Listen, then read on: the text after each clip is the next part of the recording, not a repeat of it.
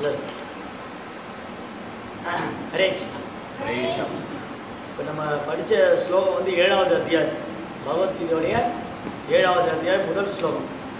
மையா சக்த மனம் பார்த்த யோகம் திஞ்சன் மதாஸ்ரயா அசம்சயம் சமக்ரமா எதா நாசசி தத் சுனு. தத் சுனு அப்படின்னா எங்கிட்டிருந்து கேளுன்னு சொல்கிறார் கிருஷ்ணா. ஸோ கிருஷ்ணர்கிட்ட கேட்கறது தான் பக்குவமானது அப்படிங்கிறத இந்த ஸ்லோகத்தில் பகவான் உறுதிப்படுத்துகிறார். ஒன்று நேரடியாக கிருஷ்ணர்கிட்ட கேட்கணும், இல்லாட்டி கிருஷ்ணர் வந்து யாருக்கு அதிகாரம் கொடுத்துருக்காரோ அவர்கிட்ட கேட்கணும். பகவானுடைய விஷயங்கள் வந்து விஞ்ஞானபூர்வமானது, ரொம்ப ரகசியம். பகவத்கீதை வந்து ரொம்ப ரொம்ப ரகசியம். ராஜ வித்யா, அறிவின் அரசன். பகவத்கீதை வந்து ராஜ வித்யா, கிங் ஆஃப் நாலேஜ், அறிவின் அரசன். ராஜ குக்கியம், மிக மிக ரகசியமானது. பவித்திரம், தூய்மையானது. சுசுகம், ரொம்ப சுகமானது. பகவத்கீதையை புரிஞ்சுக்கணுன்னா என்ன பண்ணணும்? ஒன்று இங்கே பகவான் சொன்ன மாதிரி நேரடியாக அவர்கிட்டே கேட்கணும். இன்னொன்று பகவான் யாருக்கு அதிகாரம் கொடுத்துருக்காரோ அந்த மாதிரி ஆச்சாரியன் குருவிட்டிருந்து கேட்கணும். பக்தர்கள் பகவான்கிட்டும் பக்தர்கிட்ட கேட்கணும். ஸோ பகவத்கீதை என்னது? அதில் யார் பகவத்கீதை என்னன்னு தெரியும்? பகவத்கீதை என்னது? பகவத்கீதை என்ன? கீதா அப்படின்னா பாட்டு, பகவான் கிருஷ்ணர். பகவத்கீதைனா கிருஷ்ணர் பாடிய பாடல்கள், ஸ்லோகங்கள். பகவத்கீதைனா கிருஷ்ணர் பாடிய ஸ்லோகங்கள், பாடல்கள். பகவத்கீதை எதில் இடம்பெற்றிருக்கு? மகாபாரதம். மகாபாரத யுத்தத்தின் போது பகவத்கீதை இடம்பெற்று. மகாபாரதங்கிறது வந்து 5வது வேதம். மொத்தம் 4 வேதம் இருக்கு. என்னென்னு தெரியுமா? 4 வேதம். 4 வேதம் என்னென்னது? ரிக், யஜுர், சாம, அதர்வம். 4 வேதங்கள். இந்த வேதங்கள் வந்து முதல்ல வேதங்களுக்கு ஸ்ருதின்னு பேர். ஸ்ருதினா காது வழியில் கேட்குறது, எழுத்து வடிவில் கிடையாது வேதம்லாம். வேத காலத்தில் வந்து 5000 வருஷத்துக்கு முன்னாடி வேதங்கள் வந்து எழுத்து வடிவில் கிடையாது. ஆன்மீக குரு வந்து ஒரு ஸ்லோகம் சொல்லுவார், சீடர்கள் உடனே திரும்ப சொல்லுவார். இப்போ நான் இந்த ஸ்லோகம் படித்தோம் இல்லையா? மையா சக்தமன பார்த்தா யோகம் திஜன்மதாஸ்ரேய அசம்சயம் சமக்ரமா இதானாஷதி தஸ்ருனு. இப்படி குரு சொன்னோடனே சீடர்கள் உடனே திரும்ப சொல்லுவார். அந்தளவுக்கு ஞாபக சக்தி இருக்குது வேத காலத்தில். அப்புறம் ஞாபக சக்தி போயிடுச்சு. அப்போ இந்த வேதங்களை வந்து காது வழியாக கேட்டுட்டு இருந்ததை வந்து வியாசர், வியாசதேவர். ஸோ வியாசர் வந்து ஒரு சாதாரண நபர் இல்லை. வியாசர் வந்து பகவானோட சக்தி அளிக்கப்பட்டவர். வியாசாய வியாச ரூபாய விஷ்ணுவே பிரப விஷ்ணுவே. வியாசர் வந்து பகவானுடைய அவதாரம். வியாசர் என்ன பண்ணாருன்னா வேதங்களை வந்து எழுத்து வடிவில் கொடுத்தார். எல்லாரும் படித்து புரிஞ்சுக்கிட்டோம், எழுத்து வடிவில் கொடுத்தார். அது மேலும் பல பாகங்களாக பிரித்தார். முதல் ஒரு வேதம் இருந்தது, அது 4 வேதமாக பிரித்தார். அதுக்கப்புறம் 18 புராணங்கள், 108 உபநிஷதங்கள், இப்படி சப்ளிமெண்ட்ரி பிரிச்சுட்டே வந்தார். யார்? வியாசர். கலியுகத்தில் வந்து எல்லாரும் அறிவில் ரொம்ப வீக்கினம், ஞாபகமே இருக்காது. நேற்று இந்த நேரத்தில் என்ன பண்ணணும்னா மறந்து போயிடும். ரொம்ப மண்டையை போட்டு யோசிச்சு தான் சொல்லணும் இல்லையா? அப்போ நம்ம ஞாபக சக்தி குறைவு, நமக்கு ஸ்லோகங்கள்லாம் படித்தா புரிய மாட்டேங்குது, கஷ்டமாக இருக்குது. வேதங்களுடைய சாராம்சத்தை நம்மளால் புரிஞ்சிக்க முடியல. அதை போதிக்கிறதுக்கும் சரியான ஆசிரியர் இல்லை. என் வியாசர் என்ன பண்ணார்னா கலியுக ஜனங்களுடைய நன்மைக்காக மகாபாரதத்தை எழுதினார். இது புராணம் ஆக்கியானம், புராணம் பிரம்ம சங்கீதம். பாகவதம் வந்து நேரடியாக வியாசர் கொடுத்த விளக்கம். அதே மாதிரி ஸ்திரீ சூத்திர திஜபந்துனா, ஸ்திரீ அப்படின்னா பெண்கள். பெண்கள் இனி குலத்தில் பிறந்தவர்கள் சூத்திரர்கள், திஜபந்துக்கள் உயர்ந்த குலத்தில் பிறந்து அந்த தகுதி இல்லாதவங்க. உயர்ந்த குலத்தில் பிறந்து அந்த தகுதி இல்லாதவங்க. வேறொரு பிராமணர் இருப்பான், பிராமண தகுதி இருக்காது. ராஜாவாக இருப்பாங்க, மன்னருக்கு உண்டான தகுதி இருக்காது. பெண்களாக இருப்பாங்க, அவங்களுக்கு எதுவுமே தெரியாது. ஸ்திரீ சூத்ரா, கீழ்குலத்தில் பிறந்தவங்க. துஜ பந்து, துஜா அப்படின்னா 2வது பிறப்பு எழுதும், பந்துன்னா அவருடைய நண்பர்கள், அவ்வளோதான். அவங்களுக்கு எதுவுமே தெரியாது. அப்போ கலியுக ஜனங்க எல்லாரும் புரிஞ்சுக்கணும் வேதங்களுடைய நோக்கம் என்ன, வேதங்களை எதுக்காக கொடுத்துருக்காங்க, வேதங்களை என்ன பற்றி எதை சொல்கிறாங்க அப்படின்னு எல்லாரும் புரிஞ்சுக்கிறதுக்காக இந்த மகாபாரதத்தை இயற்றினார். யார்? வியாசதேவர் மகாபாரதம் எழுதினார். அந்த மகாபாரதத்தில் வரக்கூடிய அந்த யுத்த காண்டத்தில் யுத்தம் ஏற்படுறதுக்கு முன்னாடி பகவான் ஸ்ரீ கிருஷ்ணருக்கும் அர்ஜுனனுக்கும் நடந்த உரையாடல் தான் பகவத்கீதை. பகவத்கீதா, கீதான்னா பாட்டு, கீதைன்னா பாடல், பகவத்கீதைனா பகவான் பாடியது. அப்படி பகவான் என்ன சொல்றாரு பகவத்கீதையில்? பகவத்கீதைக்கு ஒரு நோக்கம் இருக்கணுமா இல்லையா? எந்த ஒரு சாஸ்திரமும் ஒரு நோக்கம் இருக்குது. நோக்கம் இல்லாமல் சாஸ்திரம் கிடையாது. வேதங்களுடைய நோக்கம் என்ன தெரியுமா?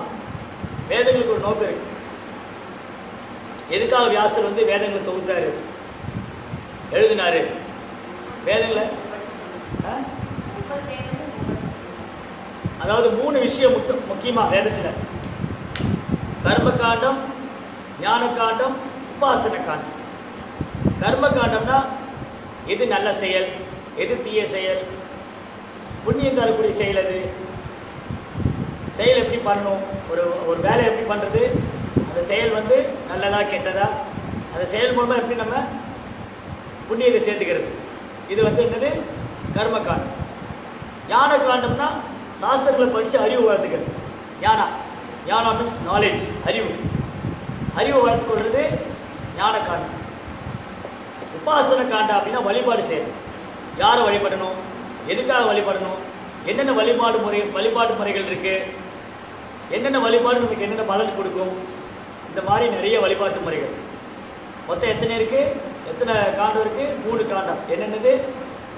கர்ம காண்டா, ஞான காண்டா, உபாசன காண்டம். கர்ம காண்டம் என்னது?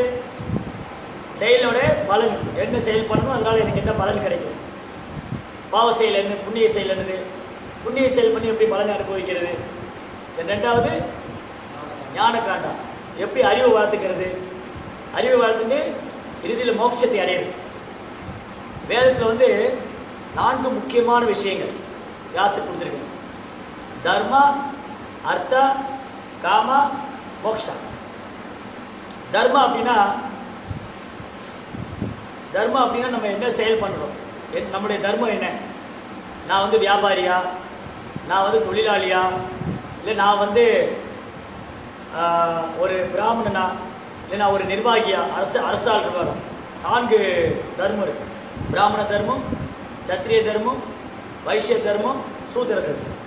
பிராமணனா புத்திசாலி பிரிவினர், சத்திரியனா நிர்வாகம் ஆளும் திறமையுடையவர், வைஷ்யர்னா வியாபாரம் செய்கிறவங்க, சூத்திரன்னா தொழிலாளர் பிரிவினர். இதில் நம்ம தர்மம் என்னன்னு தெரிஞ்சுக்கணும். அதே மாதிரி பிரம்மச்சாரி, கிரகஸ்தன், வனரப்பிரஸ்தன், சன்னியாசி. பிரம்மச்சாரினா மாணவர் வாழ்க்கை, குருகுலத்தில் படிக்கிற மாணவர் வாழ்க்கை. கிரகஸ்தன்னா இல்லற வாழ்க்கை. வனரப்பிரஸ்தனா இல்லறத்திலிருந்து ஓய்வு பெற்ற வாழ்க்கை. சன்னியாசினா துறவர வாழ்க்கை. இதுதான் வர்ணாசிரம் தர்மம். பிராமணனுடைய தர்மம் என்ன, சத்திரியனுடைய தர்மம் என்ன, வைஷ்யனுடைய தர்மம் என்ன, சூதரனுடைய தர்மம் என்ன, பிரம்மச்சாரியோட தர்மம் என்ன, இல்லறத்தில் கூடிய கிரகஸ்தருடைய தர்மம் என்ன, இல்லறத்திலிருந்து ஓய்வு பெற்ற வனரப்பிரஸ்தருடைய தர்மம் என்ன, தென் சன்னியாசி தர்மம் என்ன. இதில் நம்ம எந்த தர்மத்தில் இருக்கோம் தெரிஞ்சுக்கணும், நம்ம என்னவா இருக்கோம். அதுக்கப்புறம் தர்மா, தென் அர்த்தா, பொருளாதாரம் வேணும் இல்லையா. இந்த உலகத்தில் உயிர் வாழனா பணம் காசு இல்லாமல் உயிர் வாழ முடியுமா? சாப்பிடணும், குழந்தைகள் இருக்காங்க, குடும்பம் இருக்குது, ஃபேமிலி ரன் பண்ணணும். தென் பொருளாதார முன்னேற்றம். இந்த பொருளாதார முன்னேற்றம் எப்படி நியாயமாக சம்பாதிக்கிறது, வேத முறைப்படி எப்படி வந்து நியாயமாக சம்பாதிக்கிறது, அடுத்தவங்களை ஏமாற்றாமல், கொலை பண்ணாமல், கொள்ளையடிக்காமல் நேர்மையாக சம்பாதிக்கிறது, பொருளாதார முன்னேற்றம். அப்புறம் ஆசை, காமா. எல்லாருக்கும் ஆசை இருக்குது, கல்யாணம் பண்ணணும், குழந்தை பெற்றுக்கணும், இல்லற வாழ்க்கை நடத்தணும். அது எப்படி நம்முடைய வேத கலாச்சாரப்படி பண்ணுறது, வேத நாகரிகப்படி ஒரு பெண்ணை கல்யாணம் பண்ணிவிட்டு அந்த பெண் மூலமாக, மனைவி மூலமாக குழந்தை பெற்றுக்கிறது, ஆசை. இந்த இறுதியில் வந்து மோட்சம் அடையுது, பிறப்பு இறப்புலேருந்து விடுபடும். வேதத்தில் எதை நோக்கி நம்ம வேதம் வழிநடத்தினா மோட்சத்தை நோக்கி, மோட்ச தர்மம். தர்ம அர்த்த காம மோட்சம். இதை தெரிஞ்சுக்கிட்டு தான் ஞானம். ஞான மார்க்கம் மூலமாக மோட்சத்தை அடையிறது. அதுக்கப்புறம் மூன்றாவது உபாசன காண்டம், வழிபாட்டு முறை. என்னென்ன வழிபாடு இருக்குது, என்னென்ன வழிபாடு செஞ்சால் நமக்கு என்னென்ன பலன் கிடைக்கும், சூரிய தேவனை வழிபட்டால் என்ன பலன் கிடைக்கும், சிறு சிறு தேவதைகளை வழிபட்டால் என்ன பலன் கிடைக்கும், சிவபெருமான வழிபட்டால் என்ன பலன் கிடைக்கும், துர்காவை வழிபட்டால் என்ன பலன் கிடைக்கும். இது மாதிரி ஒவ்வொரு வழிபாட்டு முறைகள் ஒவ்வொருத்தருடைய குணத்துக்கும் மனத்துக்கும் ஏற்றால் போல. குணம் இருக்கு இல்லையா, சில வந்து அறியாமை குணத்தில் இருப்பாங்க. அறியாமை குணத்தில் இருக்கிற என்ன பண்ணுவாங்க, சிறு சிறு தேவதையை வழிபடுவாங்க. சிறு சிறு தேவதைகளை வழிபட்டு அது மூலமாக ஏதாவது நன்மை அடையணும் முயற்சி பண்ணுவாங்க. தீவிர குணத்தில் இருக்கிறவங்க கடினமாக பக்தி பண்ணுவாங்க. உடம்பெல்லாம் வருத்திக்கிட்டு சாப்பிடாமல் தூங்காமல் தேவதையை வழிபட்டு அது மூலமாக ஏதாவது வரம் பெறணும். காலையில் பேசிட்டு இருக்கோம் இல்லையா, மிருகாசுரன் வந்து உடம்புல சதையெல்லாம் வெட்டி வெட்டி யாகத்தில் போட்டார். சிவபெருமானை குறித்து தவம் பண்ணி உடம்புல சதையெல்லாம் வெட்டி வெட்டி யாகத்தில் போட்டார். நான் சிவபெருமான் வரவே என் தலையை வெட்டி போட போனேன். அப்போ தான் சிவபெருமான் வந்துட்டேன். இது வந்து கொடூரமான பக்தி. ரஜோகுணத்தில் செய்யக்கூடிய, தமோகுணத்தில் செய்யக்கூடிய பக்தி வந்து சாதாரண மனுஷனையும் கடவுளை வழிபடுறது. சாதாரண மனுஷங்க, அரசியல் தலைவர்கள், சினிமா நடிகர்கள், இவங்களெல்லாம் கடவுளை அவதாரம் சொல்லி வழிபடுறது. நிறைய வழிபாடு இருக்கு. கலியுகத்தில் இருக்கு பஞ்சமே இல்லை இல்லையா. ஒரு ராஜஸ்தானில் ஒரு கோயில் இருக்குது, புல்லட் கோயில். புல்லட்டுக்கு ஒரு கோயில் வச்சுருக்காங்க, புல்லட் பாபா கோயில். அந்த மாதிரி கலியுகத்தில் வந்து நிறைய வழிபாட்டு முறைகள், தேவையில்லாத எக்கச்சக்க வழிபாட்டு முறைகள். சத்துவகுண வழிபாட்டு முறை. சத்துவகுணம்னா எளிமையான விரதங்கள் இருக்குது. பிரதோஷ விரதம் இருக்கிறது, சஷ்டி விரதம் இருக்கிறது, சங்கடகர சதுர்த்தி விரதம் இருக்கிறது. இந்த மாதிரி எளிமையான விரதங்களை தவங்களை இருந்து தேவதைகள் வழிபடுறது, முருகரை வழிபடுறது, கணபதியை வழிபடுறது. இது எல்லாத்தோட உயர்ந்தது வந்து பகவான் விஷ்ணு வழிபடுறது. அது சுத்த சத்துவ வழிபாடு, எந்த எதிர்பார்ப்பு இல்லாத. நல்லா ஒரு தடவை பார்வதி தேவி வந்து சிவபெருமானிடத்தில் கேட்பாங்க, பிரபு ஜனங்கள்லாம் உங்களையும் வழிபடுறாங்க, என்னையும் வழிபடுறாங்க, நம்ம குழந்தைகளையும் வழிபடுறாங்க இல்லையா. கணபதியை வழிபடுறாங்க, முருகரை வழிபடுறாங்க, துர்க்கையை வழிபடுறாங்க, மகாதேவரை வழிபடுறாங்க, பெருமாளை வழிபடுறாங்க, லக்ஷ்மியை வழிபடுறாங்க, ஹனுமான்ஜியை வழிபடுறாங்க. இந்த வழிபாடுலே எது சிறந்ததுன்னு கேட்டாங்க. யாரு? பார்வதி தேவி. யாருக்கிட்ட? சிவபெருமான். வழிபாடுகளே எது உயர்ந்தது? சிவபெருமான் ரொம்ப அழகாக சொன்னார், ஆராதனாம் சர்வேஷாம் விஷ்ணு ஆராதனம் பரம். ஆராதனா வழிபாடு, பூஜை பண்ணுறது. அந்த பூஜையில் உயர்ந்தது விஷ்ணு வழிபடுறது. ஆராதனாம் சர்வேஷாம் விஷ்ணு ஆராதனம் பரம். பகவான் கிருஷ்ணர் அல்லது விஷ்ணு வழிபடுறது எல்லா வழிபாட்டிலையும் உயர்ந்தது. தஸ்மாத் பரதரம் தேவி ததியானாம் சமாச்சாரம். அதை விட உயர்ந்தது விஷ்ணு வழிபடுற விட உயர்ந்தது அவருடைய பக்தர்களை வழிபடுறது. ஹனுமான், துளசி தேவி, ஆச்சாரியர்கள், ராமானுஜர், பிரபுபாதர், இது மாதிரி பக்தர்களை வழிபடுறது பகவானை வழிபடவே உயர்ந்தது. ஏன்னா அவங்க தங்களுடைய வாழ்க்கையை முழுமையும் பகவானுக்காக அர்ப்பணிச்சிருக்கு. ஸோ இந்த மாதிரி நிறைய வழிபாட்டு முறைகள் இருக்குது. அறியாமை குணத்தில் வழிபடுறது, தீவிர குணத்தில் வழிபடுறது, சத்துவ குணத்தில் வழிபடுறது, பகவானை வழிபடுறது. இதுக்கெல்லாம் அப்பாற்பட்டது சுத்த சத்துவ நிலை. ஏகாதசி விரதம் இருக்கிறது, பகவான் தோன்றிய தினங்களில் விரதம் இருக்கிறது, கிருஷ்ண ஜெயந்தி, ராமநவமி, நரசிம்ம ஜெயந்தி. தன் வியாசதேவர் இதெல்லாம் கொடுத்துருக்காரு. மொத்த வேதத்தில் 3 விஷயம் சொல்கிறார். என்னென்னது? கர்மகாண்டா, ஞானகாண்டா, உபாசன காண்டா. கர்மகாண்டானா எது நல்ல செயல், எது தீய செயல், என்ன செயல் பண்ணால் என்ன பலன் கிடைக்கும், ஒரு செயல் பண்ணி எப்படி புண்ணியத்தை அனுபவிக்கிறது, இதெல்லாம் கர்மகாண்டா. ஞானகாண்டா மோட்சத்தை நோக்கி போகிறது. உபாசன காண்டா வழிபாட்டு முறைகளை பற்றி சொல்கிறேன். இதெல்லாம் கொடுத்துருந்தார் வியாசதேவர். ஆனால் துரதிருஷ்டவசமாக இதெல்லாம் படிக்கிறதுக்கோ இதை வந்து கேட்குறதுக்கோ நமக்கு நேரம் இல்லை இல்லையா. வேதம் படிக்கிறதுக்கு நமக்கு பக்குவம் இல்லை, அதை சொல்லிக் கொடுக்கறதுக்கும் சரியான குரு இல்லை, டீச்சர் இல்லை வேதத்தை போதிக்கிறது. ஏன்னா வேத காலத்தில் வந்து வேதத்தை போதிக்கக்கூடியது பிராமணனுடைய தர்மமாக இருக்குது. இப்போ எவ்வளோ பிராமணர்கள் வேத பாடம் நடத்துகிறாங்க? யாருமே கிடையாது. அப்போ எப்படி நம்ம தெரிஞ்சுக்க முடியும்? இன்னும் சொல்ல போனால் நிறைய பிராமணருக்கே வேதம் தெரியாது, வேதமே தெரியாது. நல்லா படித்து சாஃப்ட்வேர் கம்பெனியில் ஐடி பார்க்கில் ஒர்க் பண்ணுறாங்க, பேங்க்கில் ஒர்க் பண்ணுறாங்க. ஆனால் அவங்களுக்கு வேதம் தெரியாது. ஆனால் புல் போட்டிருப்பாங்க, பிராமணராக இருப்பாங்க. ஆனால் பிராமணனுடைய தொழில் அது இல்லை. எப்போ பிராமணர் வந்து ஒருத்தட்டு கை நீட்டி காசு வாங்குறாரோ அப்போ சூதரன் ஆயிடுது. பிராமணர் வந்து வேலைக்கு போக மாட்டேன். தொழில் பண்ணுறது பிராமணன் வேலை இல்லை. சாஸ்திரம் படித்து அதை போதிக்கிறதா பிராமணனுடைய வேலை. அது இப்போது கலியுகத்திலாம் போயிடுச்சு. அதனால வேத ஞானம் நம்ம எல்லாருக்குமே கிடைக்கல. வேதத்தினுடைய நோக்கம் வந்து நம்ம கிடைக்கல. பகவான் என்ன பண்ணார்னா, இந்த வேதனுடைய சாரம், வேதத்தில் என்ன சொல்லியிருக்கு, வேதத்துடைய நோக்கம் என்ன, அதை வந்து ரொம்ப அழகாக பகவத்கீதை மூலமாக பகவான் நமக்கு கொடுத்துருக்கு. 5000 வருஷத்துக்கு முன்னாடி பகவான் இந்த பூமியில் இருந்த பொழுது பகவத்கீதை மூலமாக வேதங்களுடைய நோக்கம் என்ன, வேதம் படித்தா ஒருத்தர் என்ன பண்ணணும், என்ன செய்யணும், என்ன செய்யக்கூடாது, இதெல்லாம் ரொம்ப அழகாக அர்ஜுனனுக்கு சொல்கிற மாதிரி நமக்கு சொல்லியிருக்கேன். பகவத்கீதையில் வந்து பகவத்கீதை எந்த மாதிரி சூழ்நிலையில் சொல்லப்பட்டது யாருக்கு தெரியும்? பகவத்கீதை எந்த சூழ்நிலையில் கிருஷ்ணா சொன்னார் அர்ஜுனனுக்கு? யுத்த பூமியில் அர்ஜுனனுக்கு எதிர்த்தரப்பில் அவங்க சொந்தக்காரங்க நிற்கிறாங்க.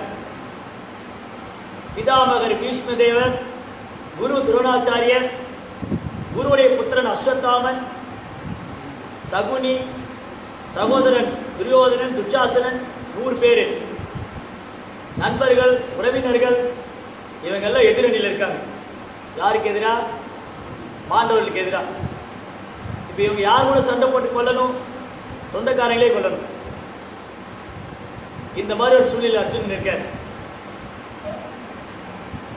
பாண்டவர்கள் வந்து எவ்வளோ முயற்சி பண்ணாங்க, இந்த யுத்தம் வேணாம், சண்டை போட வேணாம், நம்ம சமாதானமாக போயிடலாம். தென் பகவானே தூதர் அனுப்பிச்சாங்க, கிருஷ்ணா பாண்டவ தூதர். பாண்டவருடைய தூதராக பகவான் போய் துரியோதன இடத்துல பேசினார். துரியோதனன் பிடிவாதமாக இருக்கான், யுத்தம் பண்ணியாகணும், அவங்கள கொல்லணும். இதுதான் அசுர குணம், பொறாமை. ஸோ துரியோதனன் முடிவு பண்ணிட்டா இது யுத்தம் பண்ணியாகணும். கிருஷ்ணா வந்து சரி ஓகே யுத்தம் பண்ணலாம் முடிவாயிடுச்சு. அடுத்து எந்த இடத்துல பண்ணுறது? இடம் ஃபைட் பண்ணுறதுக்கு பெரிய லேண்டு வேணும், நிலம். எங்கே பண்ணலாம்? எந்த இடத்துல யுத்தம் பண்ணாங்க? குருக்ஷேத்ரா. நீங்கள் டெல்லியிலேருந்து சண்டிகர் போகிற வழியில், டெல்லி டு சண்டிகர் போகிற வழியில் குருக்ஷேத்ரான்னு, அது ஊருக்கு அதே பேர் தான், குருக்ஷேத்திரம். அங்கே தான் யுத்தம் பண்ணுறாங்க. இந்த குருக்ஷேத்திரம் வந்து ரொம்ப புண்ணியம் பண்ண இடம். அதனால தான் பகவத்கீதை முதல் ஸ்லோகம், தர்மக்ஷேத்ரே குருக்ஷேத்ரே சமவேதாயுயுத்சவா மாமகா பாண்டவா சைவ கிமா குருவத சஞ்சயா. திருதராஷ்டிரங்கிறவர் வந்து அஸ்தினாபுரத்துடைய சக்கரவர்த்தி. அவருக்கு கண் பார்வை கிடையாது. அதனால் அவருக்கு ஒரு செக்ரட்டரி இருந்தார், சஞ்சயன். சஞ்சயன் வந்து வியாசதேவருடைய சீடர், வேதவியாசர் இருக்கார் இல்லையா, அவருடைய சீடர். வியாசருடைய கருணையினால ஹஸ்தினாபுரத்து அரண்மனையில் இருந்துட்டு குருக்ஷேத்திரத்தில் என்ன நடக்குதுன்னு சொன்னார். ஹஸ்தினாபுரம் எங்கே இருக்குன்னா புதுடெல்லி, நியூ டெல்லி இருக்கு இல்லையா, இதுதான் வேத காலத்தில் ஹஸ்தினாபுரம். உலகத்துக்கே தலைநகரமாக இருக்கு 5000 வருஷத்துக்கு முன்னாடி. சஞ்சயன் இருக்கக்கூடியது ஹஸ்தினாபுரத்தில், யுத்தம் நடக்குது குருக்ஷேத்திரத்தில். அதை சொன்னார் குருவுடைய கருணையினால். இப்போ வந்து நம்ம கிரிக்கெட் மேட்ச்சு, ஃபுட்பால் மேட்ச்லாம் எங்கேயோ நாட்டில் நடக்கும், ஆஸ்திரேலியாவில், ஜெர்மனில். ஆனால் நம்ம டிவியில் பார்க்குறோம் இல்லையா, டெலிகாஸ்ட், டெக்னாலஜி டெவலப்மெண்ட். இந்த டெவலப்மெண்ட்டெல்லாம் எல்லாமே, அப்போ டெக்னாலஜி டெவலப்மெண்ட்டெல்லாம் எல்லாமே வெறுமனே குருவோடைய கருணையினால் குருக்ஷேத்திரத்தில் இருந்து நடக்கக்கூடிய யுத்தத்தை வந்து ஹஸ்தினாபுரத்துலேருந்து சொன்னார் சஞ்சயன். எந்த ஒரு சேட்டலைட்டும் கிடையாது மேலெல்லாம், குருவோடைய கருணை தான். நான் திருதராஷ்டிரர் கேட்குறாரு, கண் பார்வை இல்லாதனால சஞ்சயன்ட்ட கேட்குறாரு, சஞ்சயா என்ன நடக்குது அங்கே குருக்ஷேத்திரத்தில்? தர்மக்ஷேத்திரம் புண்ணியமான இடம், புண்ணியஸ்தலம். தர்மக்ஷேத்திரே குருக்ஷேத்திரே சமவேதா யுத்சவக. யுத்தம் பண்ணுறதுக்காக நிறைய பேர் கூடியிருக்காங்களே அந்த குருக்ஷேத்திரத்தில். மாமக்கா என்னுடைய பசங்க, பாண்டவா பாண்டவோடைய பசங்க என்ன பண்ணுறாங்க அங்கே? அப்படின்னு கேட்டார். யாரு? திருதராஷ்டிரர். யாருக்கிட்ட? சஞ்சயன். என் சஞ்சயன் சொன்னார், ஏன்னா திருதராஷ்டிரருக்கு ஒரு பயம் வந்துருச்சு. ஒருவேளை துரியோதனன் மனசு மாறி போய் சண்டை போட வேணும்னு முடிவு பண்ணிட்டாரோ. காரணம் என்னென்னா, திருதராஷ்டிரருக்கு தன் மகன் தான் வந்து ஹஸ்தினாபுரத்தில் ராஜா வரணும்னு ஆசை, பேராசை. தன் மகன் பண்ணக்கூடிய எல்லா தவறுக்கும் உடந்தையாக இருக்கார். இந்த யுத்தம் வந்து அநியாயம், அதர்மம், பாண்டவர்களுக்கு எதிரானது. இதெல்லாம் திருதராஷ்டிரருக்கு தெரியும். அவருடைய உள்மனசில் என்ன? தனக்கு அப்புறம் தன் பையன் தான் ஹஸ்தினாபுரத்து அரியணையில் ஏறணும், ஆட்சி பண்ணணும், ராஜாவும். இப்போ ஒரு சந்தேகம் வந்துருச்சு. ஒருவேளை தர்மக்ஷேத்திரம் ரொம்ப புண்ணியமான இடம், குருஷேத்திரம் புண்ணிய ஸ்தலம், அங்கே போயிட்டு துரியோதன் மனசு மாறிட்டானோ, சண்டை போட வேண்டான்னு யுதிஷ்டிரர் தர்மரே ராஜாவாக இருக்கணும் முடிவு பண்ணிட்டானோ அப்படிங்கிற சந்தேகத்தில் கேள்வி கேட்குறாரு. யார்? திருதராஷ்டிரர். யார்கிட்ட? சஞ்சயன். தர்மக்ஷேத்திரே குருக்ஷேத்திரே சமவேதா யுத்சவா மாமகா, என்னுடைய பையன், பாண்டவா, பாண்டுடைய பையன், கிம் ஆகுருவத, என்ன செஞ்சார்கள் சஞ்சயா, கிம் ஆகுருவத சஞ்சயா. சஞ்சயன் புரிஞ்சிட்டார் திருதராஷ்டிரனுடைய மனசுல என்ன இருக்கு. சஞ்சயன் சொன்னார், நீங்கள் நினைக்கிற மாதிரி இல்லை, அங்கே சண்டை நடக்க போகுது. ஒரு படையில் பாண்டவர்கள் இருக்காங்க, அவங்க பக்கம் கொஞ்சம் பேர் இருக்காங்க. இன்னொரு அணியில் வந்து கௌரவர்கள் இருக்காங்க, லட்சக்கணக்கான பேர் இருக்காங்க. இப்போ வந்து கிருஷ்ணர் அர்ஜுனுடைய ரதத்தில் சாரதியாக உட்கார்ந்துட்டு இருக்கார். ஏன்னா கிருஷ்ணா வந்து ப்ராமிஸ் பண்ணார், இந்த யுத்த பூமியில் நான் ஆயுதம் எடுக்க மாட்டேன். கிருஷ்ணர் பலராமர் 2 பேர் வந்து யது வம்சத்தில் வந்தவன், ஏறக்குறைய குரு வம்சத்துக்காருக்கு ரொம்ப நெருக்கமானவன். பலராமருக்கு பிடிக்காது இந்த யுத்தம். பலராமருக்கு வந்து குருஷேத்திர யுத்தம் பிடிக்காது. அதனால அவர் என்ன பண்ணார்? யாத்திரை போயிட்டார், தீர்த்த யாத்திரை. எவ்வளோ சமாதானம் பண்ணால் கேட்க மாட்டேங்கிறாங்க. என் பலராமர் கோவம் வந்து தீர்த்த யாத்திரை போயிடுறாரு. கிருஷ்ணர் என்ன பண்ணார்? யாத்திரை போல. கிருஷ்ணாவுடைய நோக்கமே பாண்டவர்களை ஜெயிக்க வைக்கணும். இதில் ஒரு நாள் கிருஷ்ணா வந்து துவாரகையில் தூங்கிட்டு இருக்காரு. கிருஷ்ணா இப்போ யாருக்கு சப்போர்ட் பண்ண போறாரு? பலராமர் சொல்லிட்டாரு, எனக்கு யார் சப்போர்ட் கிடையாது, நான் போயிடுவேன், யாத்திரை போறேன்னு போயிட்டேன். பலராமருடைய சப்போர்ட் யாருக்குமே கிடையாது, நியூட்ரலாக இருந்துட்டார், நடுநிலையாக இருந்துட்டார். இப்போ கிருஷ்ணர் யாருக்கு சப்போர்ட் பண்ண போறாரு அடுத்த கேள்வி. துரியோதனன் வர்றாரு, மதத்தை எடுத்துட்டு துவாரைக்கு வர்றாரு. அதே மாதிரி அர்ஜுனனும் வர்றாரு. அர்ஜுன் வந்து கிருஷ்ணனுடைய கால் பக்கம் உட்கார்ந்துட்டு இருக்காரு, துரியோதனன் தலைப்பக்கம் இருக்கான், கிருஷ்ணா தூங்கிட்டு இருந்தார். கண்ணை முடிச்சோடனே கிருஷ்ணா வந்து துரியோதனை பார்த்தார். கால் பகுதியில் அர்ஜுன் உட்காந்துட்டு இருக்கு. கிருஷ்ணா வந்து கேட்குறாரு, புரிஞ்சுட்டாரு கிருஷ்ணா 2 பேர் எதுக்காக வந்திருக்காரு. கிருஷ்ணா வந்து யாருக்கு உதவி செய்ய போறாரு? அதனால துரியோதனன் கேட்டார், வாசுதேவா, எனக்கு நீங்கள் வந்து யுத்தத்தில் எனக்கு உதவி செய்யணும். கிருஷ்ணர் சொன்னார், துரியோதனா, உன்னோட வயதில் சிறியவன் அர்ஜுனன், அவன் தான் முதல்ல வந்திருக்கான். அதனால் அவனுக்கு நான் ஃபஸ்ட்டு சாய்ஸ் கொடுக்குறேன், ஃபஸ்ட்டு வாய்ப்பு அர்ஜுனுக்கு கொடுக்குறேன். நீ 2வது வந்த, இல்லை நீங்கள் முதல்ல என்ன தானே பார்த்தீங்க, நான் முன்ன பார்த்துருந்தாலும் நீ அவனோட வயசில் பெரியவன், அதான் முதல் வாய்ப்பு அவனுக்கு கொடுத்துருவேன். துரியோதனுக்கு ரொம்ப மனசில் வருத்தம். கிருஷ்ணா ஃபஸ்ட்டு அவனுக்கு சாய்ஸ் கொடுத்துட்டாரு. தென் கிருஷ்ணா வந்து யாருக்கு ஃபஸ்ட்டு சாய்ஸ் கொடுத்தாரு? அர்ஜுனன். அர்ஜுனன்கிட்ட கேட்குற, அர்ஜுன் அவனுக்கு என்ன வேணும்? ஒரு பக்கம் வந்து என்னுடைய படைகள், யானைப்படை, குதிரைப்படை, தேர்ப்படை, காலார்படை, சிப்பாய்கள், ஆயுதங்கள் எல்லாம் ஒரு பக்கம் இருக்கும். இன்னொரு பக்கம் நான் இருக்கேன், ஆனால் நான் ஆயுதம் எடுக்க மாட்டேன். உனக்கு என்ன வேணும், நீயே முடிவு பண்ணி. அர்ஜுனன் சொன்னார், கிருஷ்ணா, எனக்கு உன் படையெல்லாம் வேண்டாம், நீ என் கூட இருந்தால் போதும். நீ சண்டையே போலனாலும் பரவாயில்ல, எனக்கு தேர் ஓட்டினா போதும். துரியோதனன் சிரிச்சுட்டான், பைத்தியக்காரனா இருப்பான் போல. கிருஷ்ணரே சாய்ஸ் கொடுத்தாரு, கேட்டுக்கலாம்ல, கிருஷ்ணா எனக்கு படையெல்லாம் வேணும், யானைப்படை, குதிரைப்படை, தேர்ப்படை, காலார்படை, ஆயுதங்கள், அஸ்திரங்கள் எல்லாம் எனக்கு கொடுங்க, கேட்டுக்கலாமா இல்லையா? கிருஷ்ணா கொடுத்துருப்பாரு. துரியோதனன் நினச்சிட்டா அர்ஜுன் ஒரு பைத்தியக்காரன், பழைக்க தெரியாது. கிருஷ்ணரை போய் செலக்ட் பண்ணிட்டான்.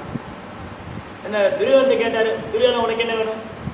அவன் தான் உன்னை கேட்டான்ல, எனக்கு உன் படையெல்லாம் கொடுங்க.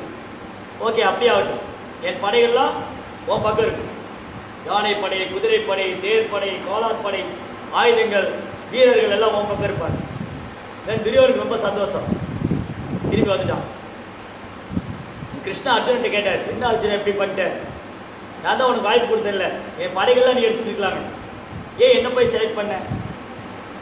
கிருஷ்ணர் அர்ஜுனன் சொல்கிறாரு, பகவானே கிருஷ்ணா, வெற்றியோ தோல்வியோ லாபமோ நஷ்டமோ எதுவாக இருந்தாலும் நீ என் கூட இருந்தால் போதும், நீங்கள் வந்து என் கூட இருந்தால் போதும், எனக்கு எதுவுமே வேண்டாம். கிருஷ்ணன் சிரிச்சுட்டார். ஆனால் உண்மையில் ரொம்ப புத்திசாலி அர்ஜுனன் தான். கிருஷ்ணர் எங்கே இருக்காரோ அங்கே தான் வெற்றி. இது கடைசியில் பகவத்கீதை முடிப்போ சஞ்சயன் சொல்கிறார், எத்திர யோகேஸ்வரா கிருஷ்ணோ எத்திர பாத்ரோ தனுர்தரா தத்திர சீர் விஜயோ போது திருவாநீதி மதிர்மம. சஞ்சயன் என்ன சொல்கிறாரு, திருதராஷ்டிரரே, எங்கே கிருஷ்ணர் இருக்காரோ, எங்கே அர்ஜுனன் இருக்காரோ, செல்வம் வெற்றி அசாதாரணமான வலிமையெல்லாம் அங்கே இருக்கும். இது என்னுடைய அபிப்பிராயம். எத்திர யோகேஸ்வரா, யோகேஸ்வரா யோகிகளின் அரசன் கிருஷ்ணன், யோகத்துக்கே டீச்சர் கிருஷ்ணன். எத்திர யோகேஸ்வரா கிருஷ்ணா எத்திர பாத்ரோ தனுர்தரா, தனுர்தரன் வில்லாளி அர்ஜுனன். தத்திர ஸ்ரீ, ஸ்ரீன லக்ஷ்மி, விஜயா வெற்றி. தத்திர ஸ்ரீ விஜயோ பூதி திருவாநீதி மதிர் மம. இது என்னுடைய கருத்து. கிருஷ்ணா எங்கே இருக்காரோ அங்கே தான் வெற்றி, அர்ஜுனன் எங்கே இருக்காரோ அங்கே தான் வெற்றி, செல்வம் எல்லாம் அங்கே தான். ஆனால் துரியோதனன் வந்து தப்பாக கணக்கு போட்டார். துரியோதனன் போட்டது பௌதிக கணக்கு, அர்ஜுனன் போட்டது ஆன்மீக கணக்கு. வித்தியாசம் இருக்கு. பௌதிக கணக்கு என்னது, நிறைய படை பலம், வீரர்கள் குதிரைகள் யானைகள் தான் ஜெயிச்சிடலாம், இது பௌதிக கணக்கு. ஆனால் அர்ஜுனன் போட்டது ஒரே கணக்கு தான், கிருஷ்ணர் கூட இருந்தால் போதும், அவ்வளோதான். வெறுமனே கிருஷ்ணர் மட்டும் ஆயுதமே எடுக்காம அர்ஜுனன் கூட இருந்துட்டு அங்கே அவ்வளோ படைகள் இருந்தது. யானைப்படை, குதிரைப்படை, பிதாமகர், பீஷ்மர், துரோணாச்சாரியர், அஸ்வத்தாமன், சகுனி, எவ்வளோ பேர், துச்சாசனன், துரியோதனன், எல்லாரும், கர்ணன், இவ்வளோ பேர் அந்த பக்கம் இருந்தாங்க. ஆனால் தோல்வி தான் இருந்துச்சு. அதனால் என்றைக்குமே நம்ம பௌதிக கணக்கு போடவே கூடாது, ஆத்மீக கணக்கு தான் போடணும். அதனால தான் அர்ஜுனன் ஜெயிச்சார். ஆனால் இந்த யுத்தம் முடிவாயிடுத்து. அர்ஜுனன் யுத்தம் பண்ணுறதுக்கு முடிவு பண்ணிட்டாரு. யுத்த பூமியில் போகிறாங்க, கிருஷ்ணா தேர் ஓட்டிகிட்டே போகிறார் அர்ஜுனனுக்கு. அர்ஜுனன் சொல்கிறார் கிருஷ்ணாட்ட, சேனையோர் பயோர் மத்தியே ரதம் ஸ்தாபயமே அச்சுதா. ஏ அச்சுதா, கிருஷ்ணா, இந்த ரெண்டு படைகளின் நடுவில் ரதத்தை கொண்டு போய் நிப்பாட்டுங்க. யாரெல்லாம் என் கூட சண்டை போட வந்திருக்காங்க நான் பார்க்கணும், யாரெல்லாம் என் கூட சண்டை போட வந்திருக்காங்க. கிருஷ்ணா தேரை ஓட்டிட்டு போனேன். ரெண்டு படையில் நடுவில் தேரை கொண்டு போய் நிப்பாட்டினார். அர்ஜுனன் பார்க்குறாரு யாரெல்லாம் வந்திருக்காங்க. யாருன்னு பார்த்தா தன்னை மார்பிலும் தோளிலும் தூக்கி வளர்த்த பீஷ்ம பிதாமகர் பீஷ்மதேவ், தனக்கு சாஸ்திரங்கள் வித்தைகள் கற்றுக் கொடுத்த துரோணாச்சாரியர், கிருபாச்சாரியர், குருபுத்திரன் அஸ்வத்தாமன், சகுனி, தன் துரியோதனன், துச்சாசனன், 100 சகோதரர்கள். அர்ஜுனுக்கு குழப்பமாயிடுச்சு. இது கையெல்லாம் நடுக்குது, கார்டிங் பில்லை கையில் பிடிக்க முடியல. கிருஷ்ணாட சொல்றார், திருஷ்டேமம் சுஜனம் கிருஷ்ணா யுத்சம் சமுபாஸ்திதம் சீதந்தி மமகாத்ராணி முகம்ச பரிசுஷ்யதி. கிருஷ்ணா, என் தொண்டையெல்லாம் வறண்டுருச்சு, நாவெல்லாம் தழுதழுக்குது, கையெல்லாம் நடுங்குது, கண்ணிலேருந்து கண்ணீர் வருது, என்னால் இங்கே நிற்க முடியல, தலையெல்லாம் சுற்றுது. ஏன் ஏன் கை நடுங்குது, தொண்டையெல்லாம் வறண்டுது, கண்ணெல்லாம் பிதுங்கிடுது, தலை சுற்றுது? ஏன்னா எதிரில் இருக்கிறவங்க பூரா என் உறவினர்கள், நண்பர்கள், மாமன்கள், தாய் மாமன்கள், மச்சான்கள், நண்பர்கள், உறவினர்கள். இவங்க கூட எப்படி நான் சண்டை போடுவேன்? என்னால் முடியாது, நான் இனி சண்டை போட மாட்டேன். இதனால் நமக்கு என்ன கிடைச்சாலும் சரி, இந்த யுத்தத்தினால எனக்கு செல்வம், புகழ், வெற்றி எதுவுமே வேண்டாம். நான் போய் காட்டில் பிச்சை எடுத்தாலும் பிழைச்சிக்கிறேன், எனக்கு இப்படி ஒரு பிழைப்பே வேண்டாம் அப்படின்னு நிறைய விஷயங்களை சொல்லி கிருஷ்ணாட்ட ஆர்கியூ பண்ணுறார், வாதம் செய்கிறார். யார் வாதம் செய்கிறார்? அர்ஜுனன். ஏன்னா அர்ஜுனால ஒரு முடிவுக்கு வர முடியல, ரொம்ப குழப்பிட்டேன். இந்த யுத்தம் பண்ணலாமா வேண்டாமா, சரியா தப்பா, குழப்பமாயிடுச்சு. தென் கிருஷ்ணாவிட்ட வந்து சரணடைகிறார் அர்ஜுனன். கார்பண்ய தோஷோ பிரகத ஸ்வபாவா பிச்சாமித்தாம் தர்மச்சமூட சேதசா யசேமி இஷாகி பிருகுகி தன்மே சிஷ்யஸ்தேகம் சாதிமாம் தாம் பிரபன்னம். பகவானே எனக்கு ரொம்ப குழப்பமாக இருக்குது, என்னால் ஒரு முடிவுக்கு வர முடியல, என்னால் இங்கே நிற்க முடியல, ரொம்ப கன்ஃபியூஷன் ஆகிடுச்சு, என்ன செய்யறதுன்னு தெரியல, நல்லதா கெட்டதா, பண்ணலாமா வேண்டாமா, தர்மமா அதர்மமா, ரொம்ப குழப்பமாக இருக்குது. கார்பண்ய தோஷம். கார்பண்ய தோஷம்னா பௌதிக கருமித்தனத்தினால, இந்த அட்டாச்மெண்ட்னால. பிச்சாமித்தாம் தர்ம சமூக சேதசகா, நான் பண்ணுறது சரியாக தப்பாக நல்லா யூகிக்க முடியலையே. ஆனால் என்னால் ஒன்று மட்டும் முடிவு பண்ண முடியும், நீங்கள் என் முன்னாடி இருக்கீங்க, இப்போ தயவுசெய்து என்னை உங்கள் சீடனாக எடுத்துக்கங்க, எனக்கு குருவாக இருந்து வழி நடத்துங்க, எனக்கு குருவாக இருந்து என்னை வழி நடத்துங்க அப்படின்னு கிருஷ்ணரை சரணடைகிறார். யார்? அர்ஜுன். அர்ஜுனனும் கிருஷ்ணரும் நண்பர்களாக தான் பேசிட்டு இருந்தாங்க, ஃப்ரெண்டு தான். ஃப்ரெண்டுக்கும் போது எப்படி இருப்போம், ஒருத்தர் சொன்னால் ஒருத்தர் ஏற்றுக்க மாட்டோம், போடா எனக்கு தெரியல, இல்லைடா இப்படி தான்டா சிச்சி நான் சொல்கிறதே கரெக்டு இல்லையா. ஃப்ரெண்ட்ஸுக்குள்ளே இப்படி தான் ஆர்கியூமெண்ட் இருக்கு. ஒரு ஃப்ரெண்டு சொல்கிறது இன்னொரு ஃப்ரெண்டு அவ்வளோ ஈஸியாக ஏற்றுக்க மாட்டான். நான் சொல்கிறதா நான் கரெக்டு, இல்லை நான் சொல்கிறது கரெக்டு, இப்படி ஆர்கியூமெண்ட் போயிட்டே இருக்கு. அதனால் ஃப்ரெண்டுக்குள்ளே ஒரு கன்க்ளூஷன் வராது, முடிவு வர முடியாது. இப்போது அர்ஜுனன் சீடன் ஆகிட்டார், கிருஷ்ணா குரு ஆகிட்டார். குருவுடைய முதல் வேலையை சீடனை அறிவு போட்டுறது, அவன் அறியாமிலிருந்து விடுவிக்கிறது. நான் கிருஷ்ணர் சொன்னார் அர்ஜுன் இடத்துல, அர்ஜுனா நீ பெரிய பண்டிதன் மாதிரி பேசின, எல்லாம் கேட்கறது நல்லா தான் இருந்தது, ஆனால் உனக்கு அறிவு இல்லை, எதுக்கெல்லாம் கவலைப்படக்கூடாது அதுக்கு போய் கவலைப்பட்டுருக்கு. அசோசானான் அனசோஷத்வம் பிரஜாவாதாம்ச பாசிலே கதாசுன்ன கதாசுன்னு நாடு சோசந்தி பண்டிதா. என்ன அர்ஜுனா நீ பெரிய பண்டிதன் மாதிரி பேசின, ஆனால் கவலைப்பட வேண்டாததுக்கெல்லாம் கவலைப்படுற. அப்படி என்ன அர்த்தம்? அறிஞர்கள் வாழ்பவருக்காகவோ மாண்டவருக்காகவோ வருந்ததில்லை. அப்படின்னு என்ன அர்த்தம்? ஆத்மாவுக்கு அழிவில்லை, ஆத்மா நித்தியமானது, பிறப்பற்றது. ஸோ பகவத்கீதையுடைய ஃபஸ்ட் டீச்சிங், முதல் பாடம் என்னென்னா, நம்ம இந்த உடல் அல்ல ஆத்மா, நாம் இந்த உடல் கிடையாது ஆத்மா, இதுதான் முதல் பாடம். பகவத்கீதையுடைய நோக்கம் என்னதுன்னா, நம்மளை அறியாமையிலிருந்து விடுவிக்கிறது. அறியாமை என்னது? நான் இந்த உடல் நினச்சிட்டு காலையில் பேசிட்டு இருந்தோம் இல்லையா, நான் இந்த உடல், நான் இந்த சமுதாயத்தை சேர்ந்தவன், நான் இந்த நாட்டை சேர்ந்தவன், நான் இந்த மதத்தை சேர்ந்தவன், நான் இந்த இனத்தை சேர்ந்தவன், இதுதான் அறியாமை. பகவத்கீதையோட முதல் பாடமே இந்த அறியாமையை போக்குறது தான். இந்த உடல் கிடையாது ஆத்மா, ஆத்மா நித்தியமானது, உடல் அழியக்கூடியது. இது 2வது அத்தியாயம் முழுவதும் கிருஷ்ண ஆத்ம விஞ்ஞானத்தை போதிக்கிறார். ஆத்மா பிறப்பதில்லை, இறப்பதில்லை, அழிவற்றது. இந்த மாதிரி 5 முக்கியமான விஷயங்களை பகவத்கீதை முழுவதும் கிருஷ்ணா சொல்லிகிட்டே வர்றார். 5 முக்கியமான விஷயம். ஆத்மானா என்ன, பரமாத்மானா யார், இந்த பௌதிக உலகம் எப்படி இயங்கிட்டு இருக்கு, இந்த காலம் எப்படி செயல்பட்டு இருக்கு, செயல் எப்படி பண்ணணும், கர்மா. ஆத்மா, பரமாத்மா, பௌதிக இயற்கை, காலம், செயல், இந்த 5 விஷயம் என்னென்னது? ஆத்மா, பரமாத்மா, பௌதிக இயற்கை, காலம், செயல். ஆத்மானா என்னது, அது எப்படி இருக்கும், அது எப்படி உணர்றது, அதோட அடையாளம் என்ன? பரமாத்மாங்கிறவர் யார், அவருடைய நிலை என்ன, இந்த உலகம் எப்படி இயங்கிட்டு இருக்கு, இதோடைய தன்மை என்ன, அப்புறம் காலம், டைம் எப்படி இங்கே ஒர்க் பண்ணிட்டு இருக்கு, அப்புறம் செயல், எது நல்ல செயல், எது தீய செயல், எது செய்யணும், எது செய்யக்கூடாது, இந்த 5 விஷயம். இதை ஃபுல்லாக பகவத்கீதை ஃபுல்லாக கிருஷ்ணன் சொல்லி, இதுதான் ஃபுல்லாக சொல்லிட்டே வர. ஆத்மானா என்னது? ஆத்மா இறைவனுடைய ஒரு சிறிய அம்சம், ஆத்மீயமானது. பரமாத்மா எல்லையற்றவர். இந்த உடலில் 2 ஆத்மா இருக்கு இல்லையா, காலையில் பேசிட்டு இருந்தோம். இந்த உடல் 2 உடல் இருக்கு நமக்கு, ஒன்று ஸ்தூல சரீரம், இன்னொன்று சூட்சும சரீரம். ஸ்தூல சரீரம் எதனாலானது? நிலம், நீர், நெருப்பு, காற்று, ஆகாயம். சூட்சும சரீரம் மனம், புத்தி, அகங்காரம்.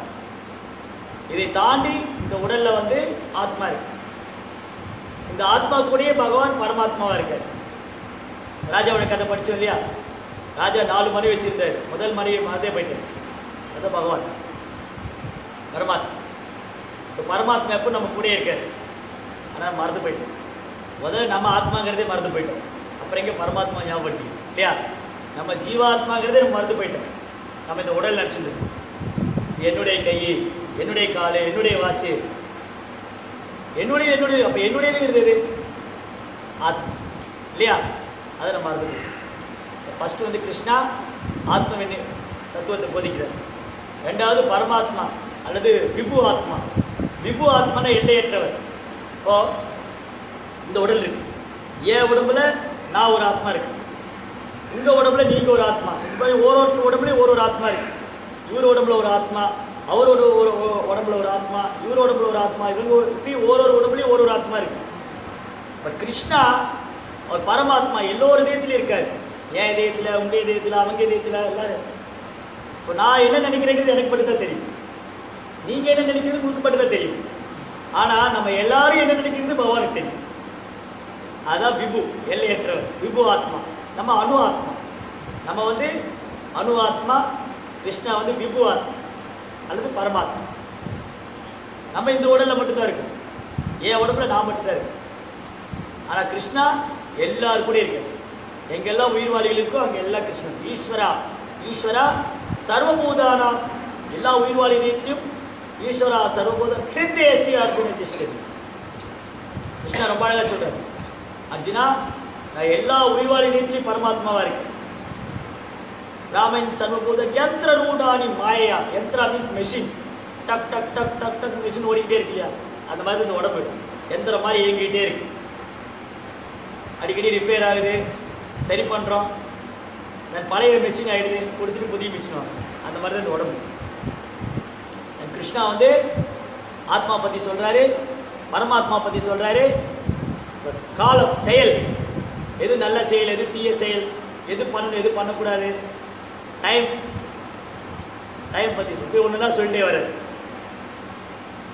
இந்த ஸ்லோகத்தில் ரொம்ப அழகாக சொல்கிறார் பகவான். வையாசக்த மனம் பார்த்தா, மனம் நம்முடைய எல்லா பிரச்சனைக்காரும் நம்முடைய மனது தான். இதை வந்து போன அத்தியாயத்தில் 6வது அத்தியாயத்தில் ரொம்ப அழகாக கிருஷ்ணா சொன்னார். நம்முடைய எதிரி நம்முடைய நண்பன். நமக்கு எதிரி யார், நமக்கு நண்பன் யார்? வெளியிலலாம் போய் தேடாதீங்க, உங்களுக்குள்ளேயே தான் இருக்கு, நமக்குள்ளேயே தான் இருக்கு. யாருடைய மனது, யாருடைய மனது ஒரு கட்டுப்பாட்டில் இருக்கோ அந்த மனது அவன் நண்பன். யாருடைய மனது அவன் கட்டுப்பாட்டில் இல்லையோ அவன் தான் அவன் எதிரி. அப்போ நம்ம நண்பன் எதிரியோ மனது தான். மனதோடைய வேலையை தான் ஏற்றுக்கொள்வது, நிராகரிப்பது. இவர் எனக்கு பிடிச்சிருக்கே, அவங்களை பிடிக்கல, இது எனக்கு வேணும், இது எனக்கு வேணாம், இது நல்லது, இது கெட்டது, இது உயர்ந்தது, இது தாழ்ந்தது, இப்படி டிஃப்ரென்ஷியேட் பண்ணுறது, வித்தியாசப்படுத்துறதோடைய வேலை மனதோடைய வேலை. பிளான், திட்டம் போட்டுக்கிட்டே இருக்கு. இது பண்ணலாமா, அது பண்ணலாமா, அங்கே போகலாமா, இங்கே போகலாமா, அப்படி இருக்கலாமா, இப்படி இருக்கலாமா. மனதோடைய வேலையே குழப்பத்தை விளைவிச்சுக்கிட்டே இருக்காரு. இப்போ அர்ஜுனுக்கு குழப்பம் வந்துச்சு, இதை பண்ணலாமா வேண்டாமா. அப்போ குரு எப்போ அவசியம்னா, எப்போ நம்ம குழப்பத்தில் இருக்கோமோ அப்போ குரு வேணும். குருவுடைய வேலையை வந்து நம்மளை குழப்பத்திலிருந்து விடுவிக்கிறது தான், அறியாமையிலிருந்து விடுவிக்கிறது. அதாவது கிருஷ்ணா வந்து குருவாயிட்டு அர்ஜுனை வழி நடத்துறாரு. இப்போ மனதோடைய வேலை என்னது? திட்டம் போட்டுக்கிட்டே இருக்கு. ரொம்ப அழகான கதை, அடிக்கடி பிரபுபாத் சொல்லுவார். பிரபுபாத் இருக்கார் இல்லையா,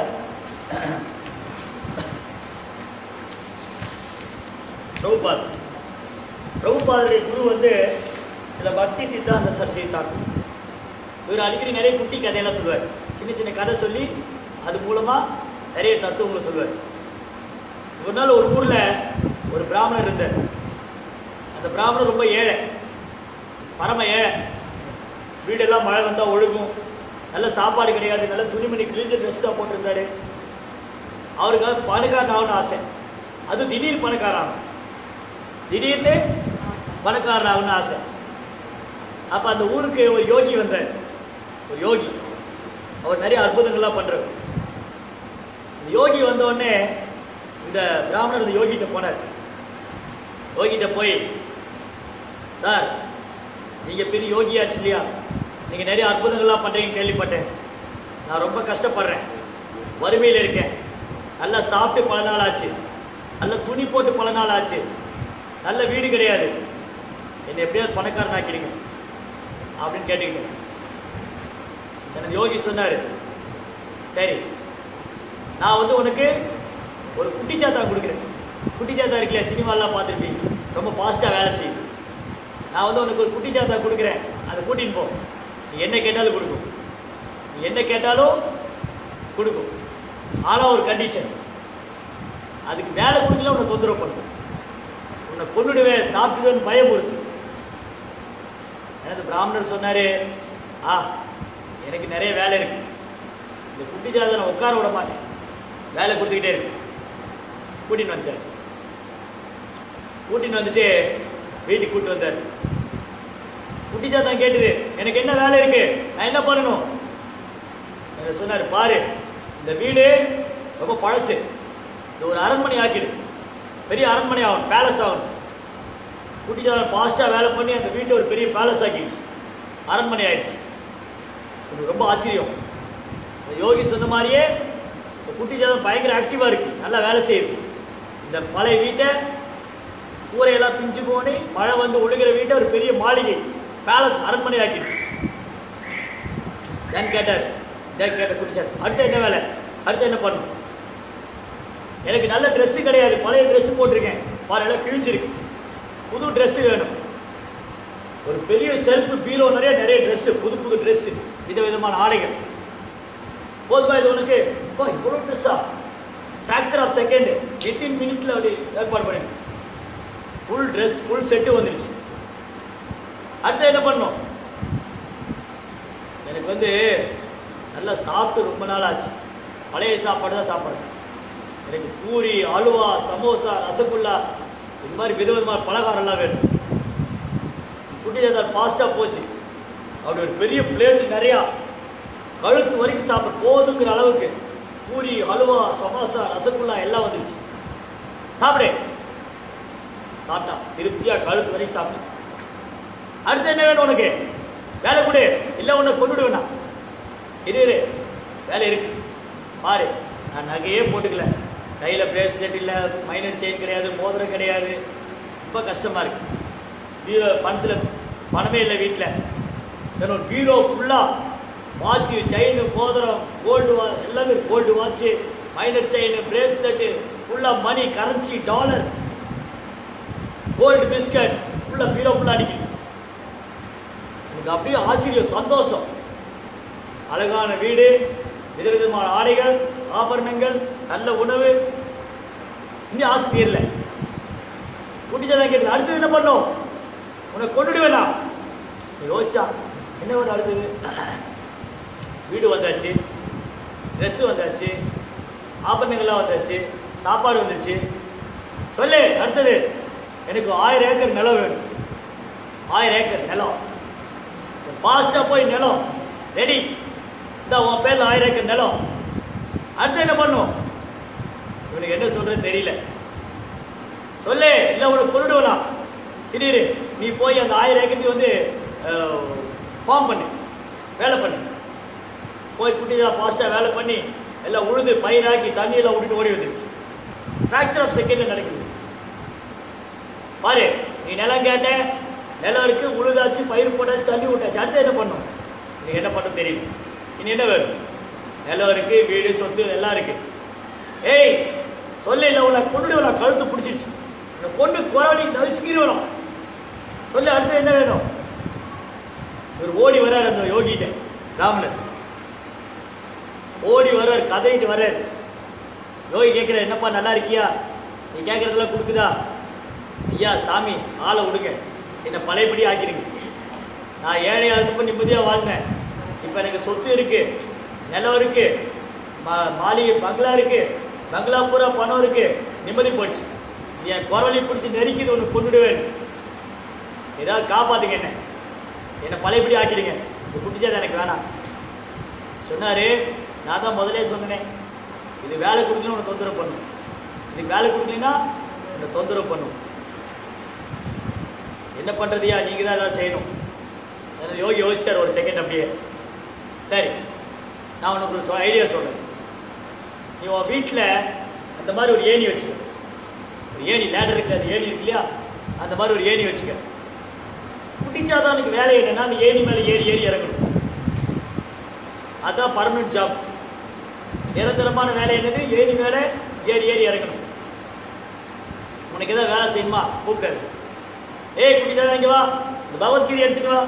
பகவத்கீதை எடுத்து வந்து கொடுக்கும். அடுத்த என்ன பண்ணும்? போய் ஏணி மேலே ஏறு, ஏணி மேலே போய் ஏறு. குட்டி தான் இங்கே வா, குடிக்க தண்ணி எடுத்துட்டு வா, தண்ணி எடுத்துகிட்டு வரும். அடுத்து என்ன பண்ணும்? போய் ஏணி மேலே ஏறு. இங்கே வா, சாப்பிட பிளேட்டில் சாப்பாடு எடுத்துட்டு வா, எடுத்து வந்து வைக்கும். அடுத்து என்ன பண்ணும்? போய் ஏணி மேலே ஏறு. அப்போ என்ன ஆயிடுச்சு? குறவழி நினைக்கிற வேலை இல்லை, அதுக்கு பர்மனெண்ட்டாக ஒரு வேலை இருக்குது, ஏணி மேலே ஏறி ஏறி இறக்குது. மாதிரி என்ன சொல்கிறாருன்னா பக்தி சித்தாந்த மகாராஜ், நம்ம மனசு ஒரு குட்டிச்சாத்தா மாதிரி ஏதாவது வேலை பண்ணிக்கிட்டே இருக்கு, தொந்தரவு பண்ண நம்ம நிம்மதியாகவே இருக்கக்கூடாது. ஏதாவது திட்டம் போட்டு அங்கே போகணும் இங்கே போகணும், அது எதையாவது போய் டார்ச்சர் பண்ணிக்கிட்டே இருக்கு. அது ஏணி மேலே ஏறுற மாதிரி குட்டிச்சாதனுக்கு என்ன வேலைன்னா, அந்த ஜபமாலையை வச்சுக்கிட்டு ஹரே கிருஷ்ணா கிருஷ்ண கிருஷ்ணா ஹரே ஹரே, ஹரே ராம் ராம ராம். மந்திரம் சொல்லும்போது மைண்டு இதை கான்சன்ட்ரேட் பண்ணும், மந்திரத்தை கவனிக்கும். மாலையை வச்சுன்னே வேலை காமிச்சு. அடுத்து என்னெல்லாம் வரும்? நிறைய பேர் என்கிட்ட சொல்லுவாங்க, பிரபு மந்திரம் சொல்லும்போது மைண்டு வேலை பண்ணுது. 10 தடவை தான் சொல்லியிருப்போம், இங்கேருந்து மைண்டு வேறு ஊருக்கு போயிடுச்சு. சென்னை போயிடும், துபாய் போயிடும், அபுதாபி போயிடும், இங்கிலாந்து போயிடும். நம்ம போகிறதுக்கு ஒரு நாளே ஆகும் ஃப்ளைட்டில் போனாலே.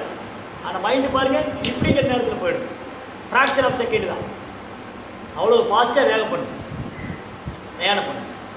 அதான் அர்ஜுனன் சொன்னார் கிருஷ்ணா இடத்துல, சஞ்சலம் கி மன கிருஷ்ணா பிரமாதி பலவத்திடம் தஷ்யாகம் நிற்கிறவங்க வந்து வாயுரேவ துஷ்கிருதம். கிருஷ்ணா என் மனதை கட்டுப்படுத்தவே முடியல, அது காற்றை விட வேகமாக போகுது. காற்று எவ்வளோ வேகமாக வீசுதுன்னு பிடிக்க முடியுமா? அதை விட மைண்டு வேகமாக போகும், முடியல.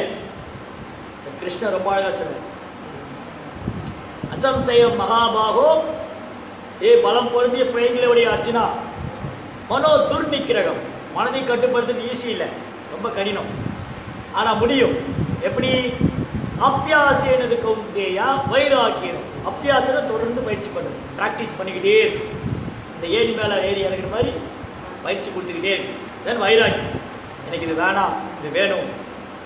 எனக்கு கிருஷ்ண பக்திக்கு சாதகமான அது வேணும், கிருஷ்ண பக்திக்கு சாதகம் இல்லையா வேண்டாம். இதுதான் வைராக்கியம். இப்போ தொடர்ந்து பயிற்சி செய்கிறதுனாலையும் பற்றின்மையினால தான் மனதை கட்டுப்படுத்த முடியும். அதான் கிருஷ்ணா சொன்னார், மையா சக்த மனம் பார்த்தா, ஏ பிரதாவின் மகனை பார்த்தா அர்ஜுனா, மை ஆசக்தா, எப்போ என்ன ஒன்று நினச்சிட்டே இருக்கும் மனசுக்குள்ளே, எப்பவுமே மனசுக்குள்ளே பகவான் நினச்சிக்கிட்டே இருக்கு. மையா சக்த மனம் யோகம் துஞ்சன் மதாஸ்ரயா மத் ஆஸ்ரயா, என்னை சரணடை, பகவானை சரணடிச்சு பகவான் மேலே மனதை பதிய வச்சு பக்தி பண்ணிடும். அதுதான் யோகா. யோகா அப்படின்னா பகவானுடைய கனெக்ட் பண்ணு, லிங்க் பண்ணு. யோகா அப்படின்னா கனெக்ஷன், பகவானுக்கு நமக்கும் தொடர்பு ஏற்படுத்த யோகா.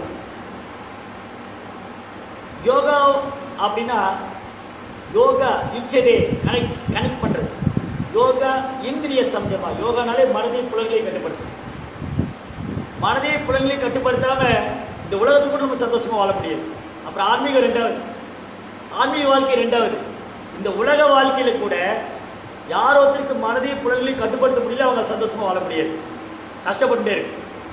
நிறைய வேலை பைத்தியக்காரன் ஆகிடுவான், பைத்தியமே ஆகிடுவான். மனது சொல்கிறத கேட்டு கேட்டு புலன்களுடைய வழியில் போய் போய் பைத்தியமே ஆகிடும். சட்டை கிழிச்சிட்டு ஓடாதான் மிச்சம், அவ்வளோதான். அதனால உலக வாழ்க்கையிலேயே மனதை புலன்களை கட்டுப்படுறது கஷ்டம். ஆத்மீக வாழ்க்கையில் முன்னேற்றத்துக்கு முதல் படியே தான் மனதை புலன்களையும் கட்டுப்படுத்தும். அது செயற்கையான முறையில் பண்ண முடியாது. ஏய் மனசே எதையும் நினைக்காத அப்படின்னு சொல்ல முடியாது. அப்போ தான் நிச்சயம் நினைக்கும். நீங்கள் மனசுக்கிட்ட எது பண்ணாதுன்னு சொன்னால் அப்போ அதான் ஆப்போசிட்டாக போகும். புலன்களை வந்து அப்படியே ரோட்டில் போயிட்டு இருப்போம், சினிமா போஸ்டர் பார்க்காதுன்னு அப்போ தான் பார்க்கும். அந்த பொண்ணு போகிறால பார்க்காதுன்னு அப்போ தான் பார்க்கும். ஒரு அழகான பொண்ணு போகிறா டக்குன்னு பார்த்து அவள் அழகாக இருக்காது இல்லையா, அதை பார்க்கக்கூடாது மனசு சொல்லும். ஆனால் புலன் அப்படி இழுத்துன்னு போகும். புலன்களுக்கு பின்னாடி மனது ஓடும், மனதுக்கு பின்னாடி புத்தி ஓடும். அவர்கிட்ட போய் பேசிடலாமா, ப்ரப்போஸ் பண்ணிடலாமா இல்லையா? ஸோ மனதுக்கு பின்னாடி புலன்கள், புலன்களுக்கு பின்னாடி மனது, மனதுக்கு பின்னாடி புத்தி, எல்லாம் ஓடிட்டு இருக்கு. கஷ்டம், ரொம்ப கடினம். அதனால் ஆர்டிஃபிஷியலாக செயற்கையான முறையில் கட்டுப்படுத்த முடியாது. அப்போ அதை என்கேஜ் பண்ணும். யோகத்தில் வந்து கிருஷ்ணர் பகவத்கீதையில் 3 யோகத்தை முக்கியமாக சொல்கிறார். ஒன்று வந்து ஞான யோகம், இன்னொன்று அஷ்டாங்க யோகம், இன்னொன்று பக்தி யோகம். இதான் போன அத்தியாயத்தில் பார்த்தோம். ஞான யோகம்னா நான் முதலே சொன்ன மாதிரி சாஸ்திரங்களாக படித்து அறிவை வளர்த்துக்கிறது. இது பாதி கொஞ்சம் கடினம். வெறுமனே படித்தா மட்டும் பார்த்தாது. ஏட்டு சுரைக்கா கறி சமைக்க உதவுமா? அவ்வளோதான், படித்தா பார்த்தாது. அஷ்டாங்க யோகம் இன்னும் கடினம். தனி இடத்துல போய் சாப்பிடாம தூங்காமல் மனதை ஒருநிலைப்படுத்தி மூக்கு துவாரத்துக்கு முன்னாடி பார்த்து கண்ணை லேசாக மூடி இருக்கணும், ரொம்ப திறந்துருக்கக்கூடாது, நேராக உட்காந்துருக்கணும். இந்த மாதிரி நிறைய கஷ்டமான விஷயங்கள் இருக்குது. இப்போ இங்கேயும் நம்மளால் அரை மணி நேரம் உட்கார முடியல. மூட்டு வலிக்குது, மைண்டு எங்கேயோ போகுது, மைண்டு நிறுத்த முடியல, ஒரு பக்கம் மனதை நிறுத்த முடியல, இன்னொரு பக்கம் உடம்பு ஒத்துக்கவே மாட்டேங்குது, காலு வலிக்குது, முட்டி வலிக்குது, முதுகு வலிக்குது, உட்கார முடியல. கரெக்டா? அதனால கலியுகத்தில் வந்து ஞான யோகம் சரி, அஷ்டாங்கம் சரி ரொம்ப கடினம், நம்மளால் பண்ண முடியும். இதை வந்து அர்ஜுனனே ரிஜெக்ட் பண்ணிட்டார். போன அத்தியாயத்தில் சொன்னார் அர்ஜுன், கிருஷ்ணா நீங்கள் சொன்ன இந்த யோக முறை ரொம்ப கஷ்டம், என்னால் பண்ண முடியாது. நான் ஒரு ஃபேமிலி மேன், இந்த குடும்பம் இருக்குது, குழந்தை இருக்குது, நான் அரசியல் விவகாரம் சத்திரியன் தான், என்னால் எப்படி இது பண்ண முடியும்? இதை ஈஸியாக இருந்தால் சொல்லுங்கள், இது என்னால் பண்ண முடியும். அர்ஜுனன் மாதிரி பக்தர்களாலே முடியாதுன்னா நம்மளெல்லாம் கொஸ்டின் மார்க் தான் போடணும். 1000 கொஸ்டின் மார்க் போட்டு வச்சுக்கணும், வாய்ப்பே கிடையாது. அதனால கிருஷ்ணர் ரொம்ப அழகாக சொல்கிறார், மை ஆசக்தா மனப்பாத்தா, உன்னுடைய மனதில் எப்பயும் என்னையும் நினைத்துக்கொள். மையா சத்த மன யோகம் சுஞ்சன் மதாஸ்ரயா மத் ஆஸ்ரயா, என்னை சரணடைந்து உன்னுடைய மனதை என்னை நினைத்துக்கொண்டு அசம்சயம் சமக்ரம்மா எதா நாசி தஸ்ருணு, என்னிடமிருந்து கேட்பாயாக, நான் உனக்கு சொல்கிறேன் என்ன பண்ணணும். யோகத்தில் பக்குவம் அடையணும்னா பகவான் இருந்து கேட்கும். இப்போ அர்ஜுனனுக்கு எப்படி நடந்தது? அர்ஜுனன் கூட கிருஷ்ணர் இருந்தார். அப்போ நமக்கு ஒரு சந்தேகம் வரலாம், ஓகே அர்ஜுனன் கிருஷ்ணாவை கேட்டு பக்குவம் ஆயிட்டார், இப்போ என் முன்னாடி கிருஷ்ணன் இல்லையே, நான் எப்படி தெரிஞ்சுக்கிறது? அர்ஜுனனுக்கு வந்து கிருஷ்ணா நேரடியாக உபதேசம் பண்ணார், இப்போ அர்ஜுனன் தெரிஞ்சுக்கிட்டார். இப்போ என் முன்னாடி கிருஷ்ணர் இல்லை, இப்போ என்னை யார் வழி நடத்துவாங்க? பகவத்கீதை இது வந்து அர்ஜுனன் கிருஷ்ணனுக்கு நடந்தது. அர்ஜுனன் என்ன வந்து இதை படித்து பக்குவமானாரோ, கேட்டு பக்குவமானாரோ, அப்போ பகவத்கீதை படிக்கிறது மூலமாக, அர்ஜுனுடைய வழியை பின்பற்றுறது மூலமாக நம்மளும் கிருஷ்ணருக்கு ஒன்று. இன்னொன்று, சரி பகவத்கீதை புக் வச்சு என்னால் படிக்க முடியுமா? இது எப்படி தெரிஞ்சுக்கிறது? அதுக்கு தான் பக்தர்கள், ஆச்சாரி, குரு. அந்த குரு வந்துட்டு சரியான சம்பிரதாயத்தில் வரக்கூடியவராக இருக்கும். இப்போ கலியுகத்தில் குருவுக்கு பஞ்சமே இல்லை, நிறைய பேர் இருக்காங்க. இந்த யோகா அந்த யோகா அந்த ஆசிரமம், எக்கச்சக்க ஆசிரமம், தலையே வெடிச்சிடும் போல. வெளியில் போனால் நம்மளை ஒரு மாதிரி பார்க்குறாங்க, இவர் எந்த சாமியார், ஒரு உண்மையானவரா போலியாளா இல்லையா? போனாலே இவங்கெல்லாம் எப்படி தான், அந்த மாதிரி காலம் ஆயிடுச்சு. கலியுகத்தில் வந்து போலி சாமியார்கள், ஏமாற்றுக்காரங்க நிறைய பேர் இருக்கு.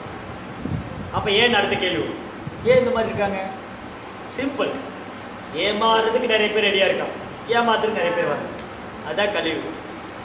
அப்போது சரியான குருவை எப்படி தேர்ந்தெடுக்கிறது? உண்மையான குரு யார்? அவர் எப்படி அணுகிறது? உதாரணத்துக்கு நம்ம காலேஜ் போகிறோம், காலேஜுக்கு போய் ஒரு சீட்டு வாங்கணும். சும்மா ஏதோ ஒரு காலேஜில் போய் சேர்ந்துருமா? இந்த காலேஜ் எப்படி இருக்கும், அங்கே கோச்சிங் எப்படி இருக்கும், அங்கே ஃபீஸ் எப்படி இருக்கும், அங்கே டிசிப்ளினாக இருக்குமா, அங்கே எப்படி நடத்துவாங்க, அவருடைய சிஸ்டம் என்ன, இதெல்லாம் பார்த்து போய் காலேஜ் சேரும். சும்மா படித்து முடிச்சு ஏதோ ஒரு காலேஜில் போய் சேரும் அப்படி இல்லை இல்லையா?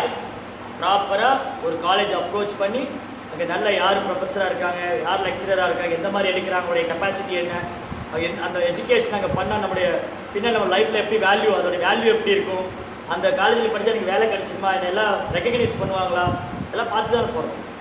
அதுபோல் ஒரு குரு வேணும்னா அவர் யார்? அவர் சும்மா மனக்கற்பனையில் பேசுகிறாரா, இல்லை தாந்தோன்றித்தனமாக சொல்கிறாரா, இல்லை ஏதோ கற்பனை பண்ணி சொல்லிட்டு இருக்கிறாரா, இல்லை அவர் சரியான பரம்பரால் வராரா? அவர் குரு யார்? அவர் எந்த சம்பிரதாயத்தில் இருக்கார்? ஒரு சாஸ்திரம் படிச்சிருக்கிறாரா, அதன்படி நடக்கிறாரா, அதை போதிக்கிறார். முதல்ல ஆச்சார், அப்புறம் பிரச்சார். முதல்ல பயிற்சி பண்ணுறாரு, அப்புறம் போதிக்கிறார். இப்போது பகவத்கீதையை தெரிஞ்சுக்கணுன்னா ஒன்று நேரடியாக கிருஷ்ணர்கிட்ட கேட்கணும், இன்னொன்று கிருஷ்ணரால் அங்கீகரிக்கப்பட்ட அதிகாரப்பூர்வமான ஆச்சாரியன் சம்பிரதாயத்தில் வரக்கூடிய குருவிட்டு இருந்து கேட்கணும். அப்படி 4 சம்பிரதாயம். ஒன்று வந்து பிரம்மா வழியில் வரக்கூடியது, இன்னொன்று சிவபெருமான் வழியில் வரக்கூடியது, இன்னொன்று குமாரர் வழியில் வரக்கூடியது, இன்னொன்று லக்ஷ்மி தேவி. 4 சம்பிரதாயம். யார் யார் வழியில்? பிரம்மா, சிவபெருமான், லக்ஷ்மி தேவி, குமாரன். பிரம்ம மாத்துவ கௌடிய வைஷ்ணவ சம்பிரதாயம், ஸ்ரீ வைஷ்ணவ சம்பிரதாயம், குமார சம்பிரதாயம், தென் ருத்ர சம்பிரதாயம். 4 சம்பிரதாயம். இதுலேருந்து வரக்கூடிய ஆச்சாரியன் குரு வந்துட்டு சாஸ்திரத்தில் என்ன இருக்கோ அதை அப்படியே சொல்லுவாங்க. தன் சொந்த கருத்தில் சொல்ல மாட்டாங்க. நீங்கள் இந்த யோகா பண்ணுங்கள், அந்த முத்ரா பண்ணுங்கள், நீங்கள் ஒளியை தியானம் பண்ணுங்கள், நீங்கள் அந்த கிரியா பண்ணுங்கள், இப்படிலாம் பண்ணி ஏற்கனவே நான் குழப்பத்தில் இருக்கிறேன், இவனுக்கு வேறு எச்சா குழப்பமாய் பைத்தியமாக்கி விட்டுருவாங்க. அப்புறம் பகவத்கீதையை புரிஞ்சுக்க போய் கடைசியில் பைத்தியமானதான் மிச்சமாகும். அந்த மாதிரி குருவை நம்ம அணுகக்கூடாது. சரியான சம்பிரதாயம். இந்த 4 சம்பிரதாயத்தில் வரக்கூடியவங்க ராமானுஜாச்சாரியர், மாத்வாச்சாரியர், நிம்பார்க்க சுவாமி, விஷ்ணு சுவாமி, இந்த மாதிரி ஆச்சாரியர் இந்த சம்பிரதாயத்தில் வந்தவங்க குருமார்கள். அவங்ககிட்ட இருந்து கேட்கணும். அப்போ தான் பகவத்கீதையை உள்ளபடி தெரிஞ்சுக்கணும். நம்ம காலையில் பேசுன மாதிரி டிவியில் பார்க்குறது, சீரியல் பார்த்தது, இல்லை பக்கத்து வீட்டுக்காரங்க சொன்னாங்க, எழுத்து வீட்டுக்காரங்க சொன்னாங்க, குமுதம் புக்கில் படித்தேன், ஆனந்த விகடனில் படித்தேன், கல்கி புக்கில் எழுதியிருந்ததுன்னா இட்ஸ் நாட் அத்தரைஸ்ட். அதில் தப்பாக புரிஞ்சுக்கணும். இப்போ எங்கேருந்து கேட்கணும்? வேதத்தில் என்ன சொல்லியிருக்கு, புராணங்கள் என்ன சொல்லியிருக்கு, ஆச்சாரியன் என்னைக்கு விளக்கம் கொடுத்துருக்கிறாரு, பக்தர்கள் எப்படி அதை பின்பற்றுறாங்க, எப்படி அதை நான் நடைமுறையில் பயிற்சி பண்ணுறது, எப்படி நான் உள்ளபடி புரிஞ்சுக்கணும். அதனால பகவத்கீதையை தெரிஞ்சுக்கணுன்னா நம்ம பக்தர்கிட்ட ஆச்சாரியன் குருவிட்ட போகணும். பகவத்கீதையை தெரிஞ்சுக்க தான் தகுதி வேணுமா? என்ன சமஸ்கிருதம் தெரிஞ்சிருக்கணுமா, பிராமண குலத்தில் பிறந்திருக்கணுமா, வேத மந்திரம் படிச்சிருக்கணுமா? ஒரு தகுதி தேவையில்லை. குருவோடைய கருணை இருந்ததுன்னா குருடன் கூட பார்க்க முடியும், ஊமை கூட பேச முடியும், முடவன் கூட மலையை கடக்க முடியும். முகம் கரோதி பாச்சாலம் பங்கும் லங்கே தேகிரி ஏற்று பார்த்தமகம் வந்து ஸ்ரீ குரு தினனார். ஆன்மீக குருவோடைய கருணை இருந்ததுன்னா குருடன் கூட பார்க்க முடியும், அப்போ நம்மளாலேயே பகவத்கீதையை புரிஞ்சிக்க முடியாது. முடவன் கூட பேச முடியும், அப்போ நம்மளாலேயே பகவத்கீதையை பேச முடியாது. அப்போ ஒரே தகுதி என்னன்னா நம்ம சரணடையணும், கிருஷ்ணரை பகவானை ஏற்றணும், ஆச்சாரியன் சொன்னபடி பண்ணணும். ஸ்ரீரங்கத்தில் வந்து 500 வருஷத்துக்கு முன்னாடி, உண்மையாலுமே நடந்தது கதையில், 500 வருஷத்துக்கு முன்னாடி ஸ்ரீரங்கத்தில் ஒரு பிராமணர் இருந்தார். அவர் படிப்பறிவு இல்லாது, படிக்கவே இல்லை, ரொம்ப ஏழை, படிப்பறிவு இல்லாது. ஆனால் அவர் குரு வந்து ஒரு நாள் அவர்கிட்ட சொன்னார், அவர் கூப்பிட்டு, சிஷ்யனை கூப்பிட்டு குரு சொன்னார், நீ தினமும் பகவத்கீதையை படிக்கணும். என்ன சொன்னார் குரு மகாராஜ், எனக்கு படிப்பறிவு கிடையாது, நீ என்ன செய்வோ தெரியாது, தினமும் பகவத்கீதை படிக்கணும், இது என்னுடைய கட்டளை.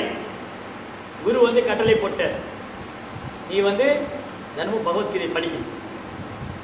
ஆனால் இவர் படிக்க தெரியாது, புக்கு எந்த பக்கம் படிக்கணும்னு தெரியாது, இப்படி படிக்கணுமா, இப்படி படிக்கணும், இந்த பக்கம் படிக்கணுமா எதுன்னு தெரியாது. அந்தளவுக்கு படிக்காதவர். ஸ்கூல் பக்கம், மலை கூட ஸ்கூல் பக்கம் போகாது, அவ்வளோ படிப்பறிவு இல்லை. அதனால இவர் பகவத்கீதை எடுத்துட்டு கோயிலுக்குள்ளே வந்தாலும் எல்லாம் கேள்வி பண்ணுவாங்க பிராமணர்கள்லாம், டேய் பாடுறா, பெரிய பண்டிதர் வந்துட்டாரா, பகவத்கீதை படிக்க போகிறாராம், பகவத்கீதை என்ன புரிஞ்சுக்குவார் இவர் அப்படின்னு எல்லாரும் கேலி பண்ண ஆரம்பிச்சிட்டாங்க. கேலி பண்ணுவாங்க, திட்டுவாங்க, ஏளனம் பண்ணாங்க. ஆனால் இவர் காதிலே வாங்கிக்கல. தினமும் வருவார், பகவத்கீதை எடுத்துக்கிட்டு கோயிலில் உட்காந்துக்குவார். எப்படியோ எழுத்து கூட்டி தப்பாக ஏதோ அவருக்கு தெரிஞ்சது பண்ணிட்டு இருக்கிறார். ஆனால் எல்லாரும் ஒரு பரிகாசம் பண்ணுறாங்க, இது என்ன படித்து புரிஞ்சுக்க போனால், இவனுக்கு என்ன தெரியும், இவனுக்கு என்ன தகுதி இருக்குது. ஆனால் இவர் என் குரு கட்டளையிட்டு இருக்கார் பகவத்கீதையை படிக்க சொல்லி, தினமும் உட்காந்துட்டுருக்கார். ஒரு நாள் வந்து சைதன்ய மகாபிரபு வந்து கிருஷ்ணர் தான், பகவான் தான். 500 வருஷத்துக்கு முன்னாடி மேற்கு வங்காளத்தில் தோன்றினார். பகவத்கீதையோட நோக்கம் என்னன்னா பகவானை சரணடையது, பக்தி பண்ணணும், பகவானை நினச்சிக்கிட்டு இந்த உடலை விட்டு பகவானுடைய உலகத்துக்கு போகிறது. மன்மனா பவ மத் பக்தோ மத்யாஜீமா நமஸ்குரு மாமேவே சத்தியம் தே பிரதிஜானே பிரியோசி. நீ எப்போ என்னையோ மனசில் நினச்சிக்க, என்னுடைய பக்தனார் எனக்கு நமஸ்காரம் பண்ணு, சத்தியமாக சொல்கிறேன் என்னை வந்து அடைவாய்ட்டு சொன்னார் கிருஷ்ணர். ப்ராமிஸ் பண்ணுறார் கிருஷ்ணர். சர்வதர்மான் பரித்யஜ்ய மாம் ஏகம் சரணம் பிரஜா அகம் துவா சர்வ பாபேபியோ மோக்ஷயிஷ்யாமி மா சுச்சி. பயப்படாதீங்க. இதோ நான் நிறைய பாவம் பண்ணியிருக்கேனே, நான் கீழ்குலத்தில் பிறந்திருக்கேனே, எனக்கு இது தகுதி இருக்கா, கிருஷ்ணனை ஏற்றுக்குவாரா, நான் நிறைய பாவம் பண்ணியிருந்தேனே, டோன்ட் வெரி, கவலைப்பட வேண்டாம். சர்வதர்மா பரித்ய, எல்லா தர்மத்தையும் திறந்து மாம் ஏகம், என்னை மட்டுமே சரணடைவாயா. அகம்த்வா சர்வ பாபேபியோ, நான் உடைய எல்லா பாவத்திலிருந்து விடுவிக்கிறேன். மாசுச்சன பயப்படாது. கிருஷ்ணா என்ன சொல்றாரு, கேரண்டி கொடுக்குறேன். நீ இதுக்கு முன்னாடி தெரியாமல் நிறைய பாவம் பண்ணிக்கலாம், ஓகே பரவாயில்ல, போட்டு இல்லை கழிச்சு விட்டுறலாம், போட்டு நோ ப்ராப்ளம், இனி பண்ணாத, என்கிட்ட வா, நான் பார்த்துக்கிறேன். இந்த மாதிரி யார் சொல்லுவாங்க? பகவான் சொல்கிறார், ஓகே நான் பார்த்துக்கிறேன். பகவத்கீதையோட நோக்கம் வந்து நம்மளை அறியாமையிலிருந்து விடுவிக்கிறது, நம்ம பகவானை சரணடைய வைக்கிறது, பகவானுக்கு பக்தி பண்ணி அவருடைய உலகத்துக்கு போகணும். இதை வந்து பகவான் பகவத்கீதையில் வாக்கியம் மட்டும் சொல்லிடல, அதை நடைமுறையில் எப்படி பண்ணுறது, நடைமுறையில் எப்படி ஒருத்தர் பக்தர் ஆகிறது, நடைமுறையில் எப்படி பகவானை சரணடைகிறது, எப்படி பகவான் மேலே அன்பு செய்கிறது, எப்படி பாவகாரந்து விடுபடுறது, எப்படி புண்ணியத்தை சேர்த்துக்கிறது, எப்படி மோட்சம் அடைகிறது, எல்லாத்துக்கும் மேலே கிருஷ்ணன் மேலே அன்பு. அதை வந்து பகவானே ஒரு பக்தராயிட்டு வந்தவர் தான் சைத்தன்ய மகாபிரபு. அவர் வந்து உலகம் முழுவதும் கிருஷ்ண பக்தியை பிரச்சாரம் பண்ணார் 500 வருஷத்துக்கு முன்னாடி. அவர் வந்து தென்னிந்தியா யாத்திரை வந்திருந்தார். ஸ்ரீரங்கத்தில் வந்து கோயிலில் வந்து ரங்கநாதரை தரிசனம் பண்ணி அப்படி துள்ளி குதிச்சு கீர்த்தனம் பாடி ஆடுறார்.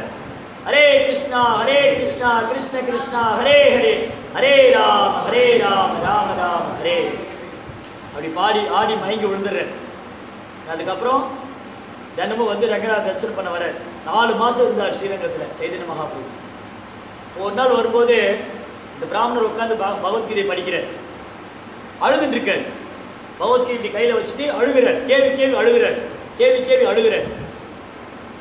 சைதன்ய மகாபிரபு கோயிலை சுற்றி பரிக்கிரமா அப்படியே சுற்றி வளம் வந்துட்டு இந்த மண்டபத்துக்கு வந்தார். மண்டபத்தில் இந்த பிராமணர் உட்காந்து அழுதுன்னு இருக்கார், கேவி அழுகிறார். சைதன்ய மகாபிரபு நேராக அவர்கிட்ட வந்தார்.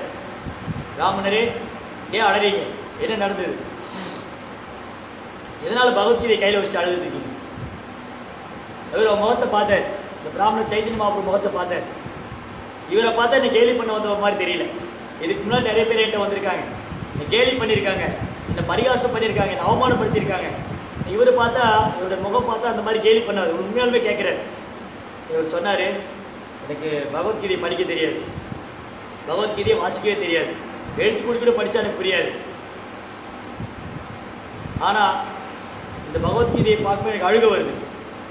கிருஷ்ணர் கேட்டார், சைதன்ய மகாபிரபு கேட்டார், உங்களுக்கு தான் படிக்க தெரியாது, எழுத்துக்குடி கூட படிக்க வராது, அப்போ நீங்கள் என்ன புரிஞ்சுக்கிட்டீங்க பகவத்கீதையில், என்ன புரிஞ்சுக்கிட்டீங்க?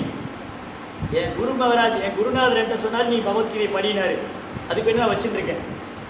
சரி, அப்போ என்ன தான் உங்களுக்கு புரிஞ்சுது, உங்களுக்கு என்ன புரிஞ்சுது? ஏன்னா அவர் சொன்னார், பாருங்கள் இந்த பகவத்கீதை, இதை பார்த்தா எப்படி ஒருத்தனா அழுகாமல் இருக்க முடியும்?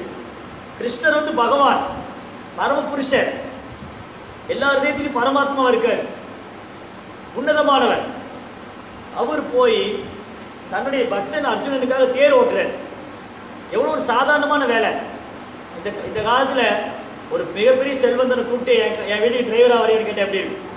பெரிய பணக்காரன், கோடீஸ்வரன், அவனை கூப்பிட்டு என் வீட்டில் கார் ஓட்டணும், டிரைவராக வரையா அப்படின்னு அவனை அவமானப்படுத்துகிற மாதிரி ஆகாது. அவனும் செய்ய தயாராக இருப்பானா? என்னுடைய ப்ரெஸ்டீஜ் எல்லாம் விட்டுட்டு, என்னுடைய கர்வம், என்னுடைய ப்ரெஸ்டீஜ் எல்லாம் விட்டுட்டு நான் உனக்கு டிரைவராக இருக்கேன்னு வருவானா? யார் செய்வான்? ஆனால் கிருஷ்ணர் வந்து பகவான், எல்லா ஐஸ்வர்யங்களுக்கு, அழகு, அறிவு, துறவு, புகழ், செல்வம், வலிமை, யாருமே அவர் ஜெயிக்க முடியாது. 6 ஐஸ்வர்யங்களையும் முழுமையாக வச்சிருக்கிறவர். ஆனால் தன்னுடைய பக்தனுக்காக வேண்டி எல்லா விதமான ஐஸ்வர்யங்களையும் இருந்தாலும் அதை எதையுமே பொருட்படுத்தாமல் ஒரு சாதாரண தேரோட்டி மாதிரி உட்காந்துருக்காரே, இவரை பார்க்கும்போது யாருக்கு தான் அழுக வராது? அதை நினைக்கும் போது எனக்கு அழுகையாக வருது. சைதன்ய மகாபிரபு ஒரு அப்படியே கட்டி பிடிச்சிக்கிட்டார், ஆலிங்கனம் பண்ணிக்கிட்டார், கட்டி தழுவினார், அப்படி அழுகிறாரு. 2 பேரும் அழுகிறாங்க. சைதன்ய மகாபிரபு சொன்னார், பிராமணரே, நீங்கள் தான் பகவத்கீதை உண்மையாலுமே புரிஞ்சுக்கிட்டீங்க. ஏன்னா பகவத்கீதை படித்தா வர வேண்டியது கிருஷ்ணன் மேலே அன்பு. அது குருவுடைய கருணையில் அவருக்கு கிடச்சிருச்சு, படிக்காமே கிடச்சிருச்சு. அதுதான் குரு. குருவுடைய கருணையினால படிப்பறிவு இல்லாதவர் கூட அவருடைய கட்டளையை அப்படியே பின்பற்றுறதுனால, பகவத்கீதை புஸ்தகத்தை பார்த்து அதை கையில் வச்சிருந்ததுனாலே அவருக்கு கிருஷ்ணன் மேல் அன்பு வந்துச்சு. பகவத்கீதை நோக்கமே அதுதான், கிருஷ்ணன் மேல் அன்பு வர்றது, அவரை சன்னடைறது தான், பக்தி பண்ணுறது. அது ரொம்ப சுலபமாக அந்த பிராமணர் கிடைச்சி குருவுடைய கருணைனா. அதனால் பகவத்கீதை நம்ம படிக்கணும், அதை தெரிஞ்சுக்கணும் அப்படின்னா இந்த ரெண்டே வழி தான். என்னிடம் பற்றுதல் கொண்ட மனதுடன் என்னை பற்றி முழு உணர்வில் யோகத்தை பயில்வதன் மூலம் என்னை நீ எவ்வாறு சந்தேகம் ஏதுமின்றி முழுமையாக அறிந்து கொள்ளலாம் என்பதை இனி கேட்பாயாக. கேட்கணும். பகவானை பற்றி, பகவானுடைய வைபவங்கள், அவருடைய மகிமைகள், அவருடைய கருணை, அவருடைய லீலைகள்லாம் வந்து கேட்கணும். யார்கிட்டருந்து? பக்தர்கிட்ட. உண்மையான பக்தர்கிட்ட கேட்டால் புரிஞ்சுக்கணும். அப்படி இல்லாட்டி எக்ஸ்ட்ரா குழப்பமாயிடும். ஏற்கனவே குழப்பம், எக்ஸ்ட்ரா குழப்பம். ஸோ பக்தர் அல்லாதவர்கிட்ட கேட்கக்கூடாது. பக்தர் அல்லாதவர்கிட்ட கேட்குறது ரொம்ப ஆபத்தானது. அதில் நம்ம இயக்கத்தில் வந்து நம்ம சம்பிரதாயத்தில் சனாதன் கோஸ்வாமின்னு ஒரு பக்தர் இருந்தார், சைதன்ய அப்படி சீடர். சனாதன் கோஸ்வாமி வந்து என்ன எச்சரிக்கிறார்னா, பக்தர் அல்லாதவற்றிலிருந்து பகவானை பற்றி கேட்காதீங்க. அவைஷ்ணவா முகதீக்னா பூதகரி கதாமிர்தம் ஸ்ரவணம் ந கர்த்தவ்யம். என்னது? பகவானை பற்றி தானே சொல்கிறாங்க, கிருஷ்ண கதை தானே சொல்கிறாங்க, யார் சொன்னாங்க? கேட்கலாமே. நோ, கேட்கக்கூடாது. பக்தர் அல்லாதவங்க கிட்ட இருந்து கிருஷ்ணரை பற்றி கேட்கவே கூடாது. அவைஷ்ணவா, வைஷ்ணவனா கிருஷ்ண பக்தர், வைஷ்ணவனா பக்தர் அல்லாதவன். அவைஷ்ணவா முகதீக்னா பூத ஹரி கதா அமிர்தம். ஹரிகதை, கிருஷ்ணனுடைய கதை அமிர்தம் தான், ரொம்ப சுவையானது. கிருஷ்ணர் குழந்தை லீலை, கிருஷ்ணா துவாரகையில் இருந்தது, கிருஷ்ணா மதுராவில் இருந்தது, கிருஷ்ணர் கோவர்த்தனை கொலையா, எல்லாம் அமிர்தம், நெக்டர், ரொம்ப டேஸ்டாக இருக்கும். பட் ஆனால் பக்தர் எல்லாருக்குமே கேட்கக்கூடாது. அது எந்த மாதிரி அப்படி கேட்டால், ஒருவேளை டிவியில் நிறைய சாமிஜியெல்லாம் பேசுவாங்க, தாடியெல்லாம் வச்சுருப்பாங்க, சாவி காவி போட்டிருப்பாங்க, ஜடமுடியெல்லாம் வச்சுருப்பாங்க, அவங்களும் கிருஷ்ணா பற்றி பேசலாம். ஆனால் கேட்கக்கூடாது. ஏன் கேட்கக்கூடாது? அவைஷ்ணவா, அவன் பக்தர் கிடையாது. ஹரிகதா அமிர்தம், ஹரிகதை இனிமையானது தான், அது யார் சொன்னா என்ன? ஆனால் கேட்கக்கூடாது. எதனால்? அவைஷ்ணவ முகதீக்னா பூத ஹரிகதா அமிர்தம் ஸ்ரவணம். ஸ்ரவணம்னா கேட்கறது, நான் கர்த்தவ்யம், கேட்கக்கூடாது. சர்பச்சிஷ்ட ஏதோ பயா, சர்பா மீன்ஸ் ஸ்னேக், பாம்பு, பயா மீன்ஸ் மில்க், பால். பால் வந்து அமிர்தம் தான். பாம்பு தொட்டுச்சுன்னா விஷமாயிடும். அது அவ்வளோதான், அது குடித்தா நம்ம செத்துப்படும். கரெக்ட். பால் அமிர்தமானது, ஆனால் ஒரு பாம்பு தீண்டிச்சுன்னா அது விஷமாயிடும். அதனால பக்தர் அல்லாதவங்களுக்கு கேட்டோம்னா நம்ம கிருஷ்ணனுடைய கதையை தப்பு தப்பாக புரிஞ்சுக்குவோம்.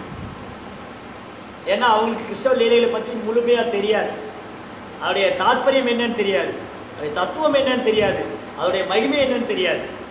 ஏதோ கற்பனை பண்ணி அடிச்சு விட்டுருவாங்க. அதை கேட்டால் நம்மளும் தப்பு தப்பாக புரிஞ்சுக்குவோம். அதனால பகவத்கீதை, பாகவதம், ராமாயணம், மகாபாரதம், இந்த மாதிரி இதிகாச புராணங்கள், கிருஷ்ண லீலைகள்லாம் கேட்கணுன்னா பக்தர்கள்ட்டிருந்து கேட்கணும், வைஷ்ணவர்கிட்டருந்து கேட்கணும். அப்போ தான் சரியாக பிடிக்கும். இங்கே சொல்கிறேன், கிருஷ்ணன் தத் சுனு, என்கிட்டருந்து நீ கேட்பாயாக.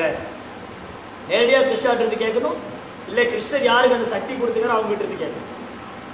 ஓகே, அப்போ தான் புரிஞ்சுக்கணும். இது ஒரு ப்ராசஸ், இது ஒரு பக்கம். இன்னொரு பக்கம் வந்து நம்ம மனதை வந்து கிருஷ்ணரை நிறுத்தணும். நம்ம மனதில் கிருஷ்ணாவை நிறுத்தணும்னா பக்தி யோகம் பண்ணணும், பக்தி பண்ணணும்.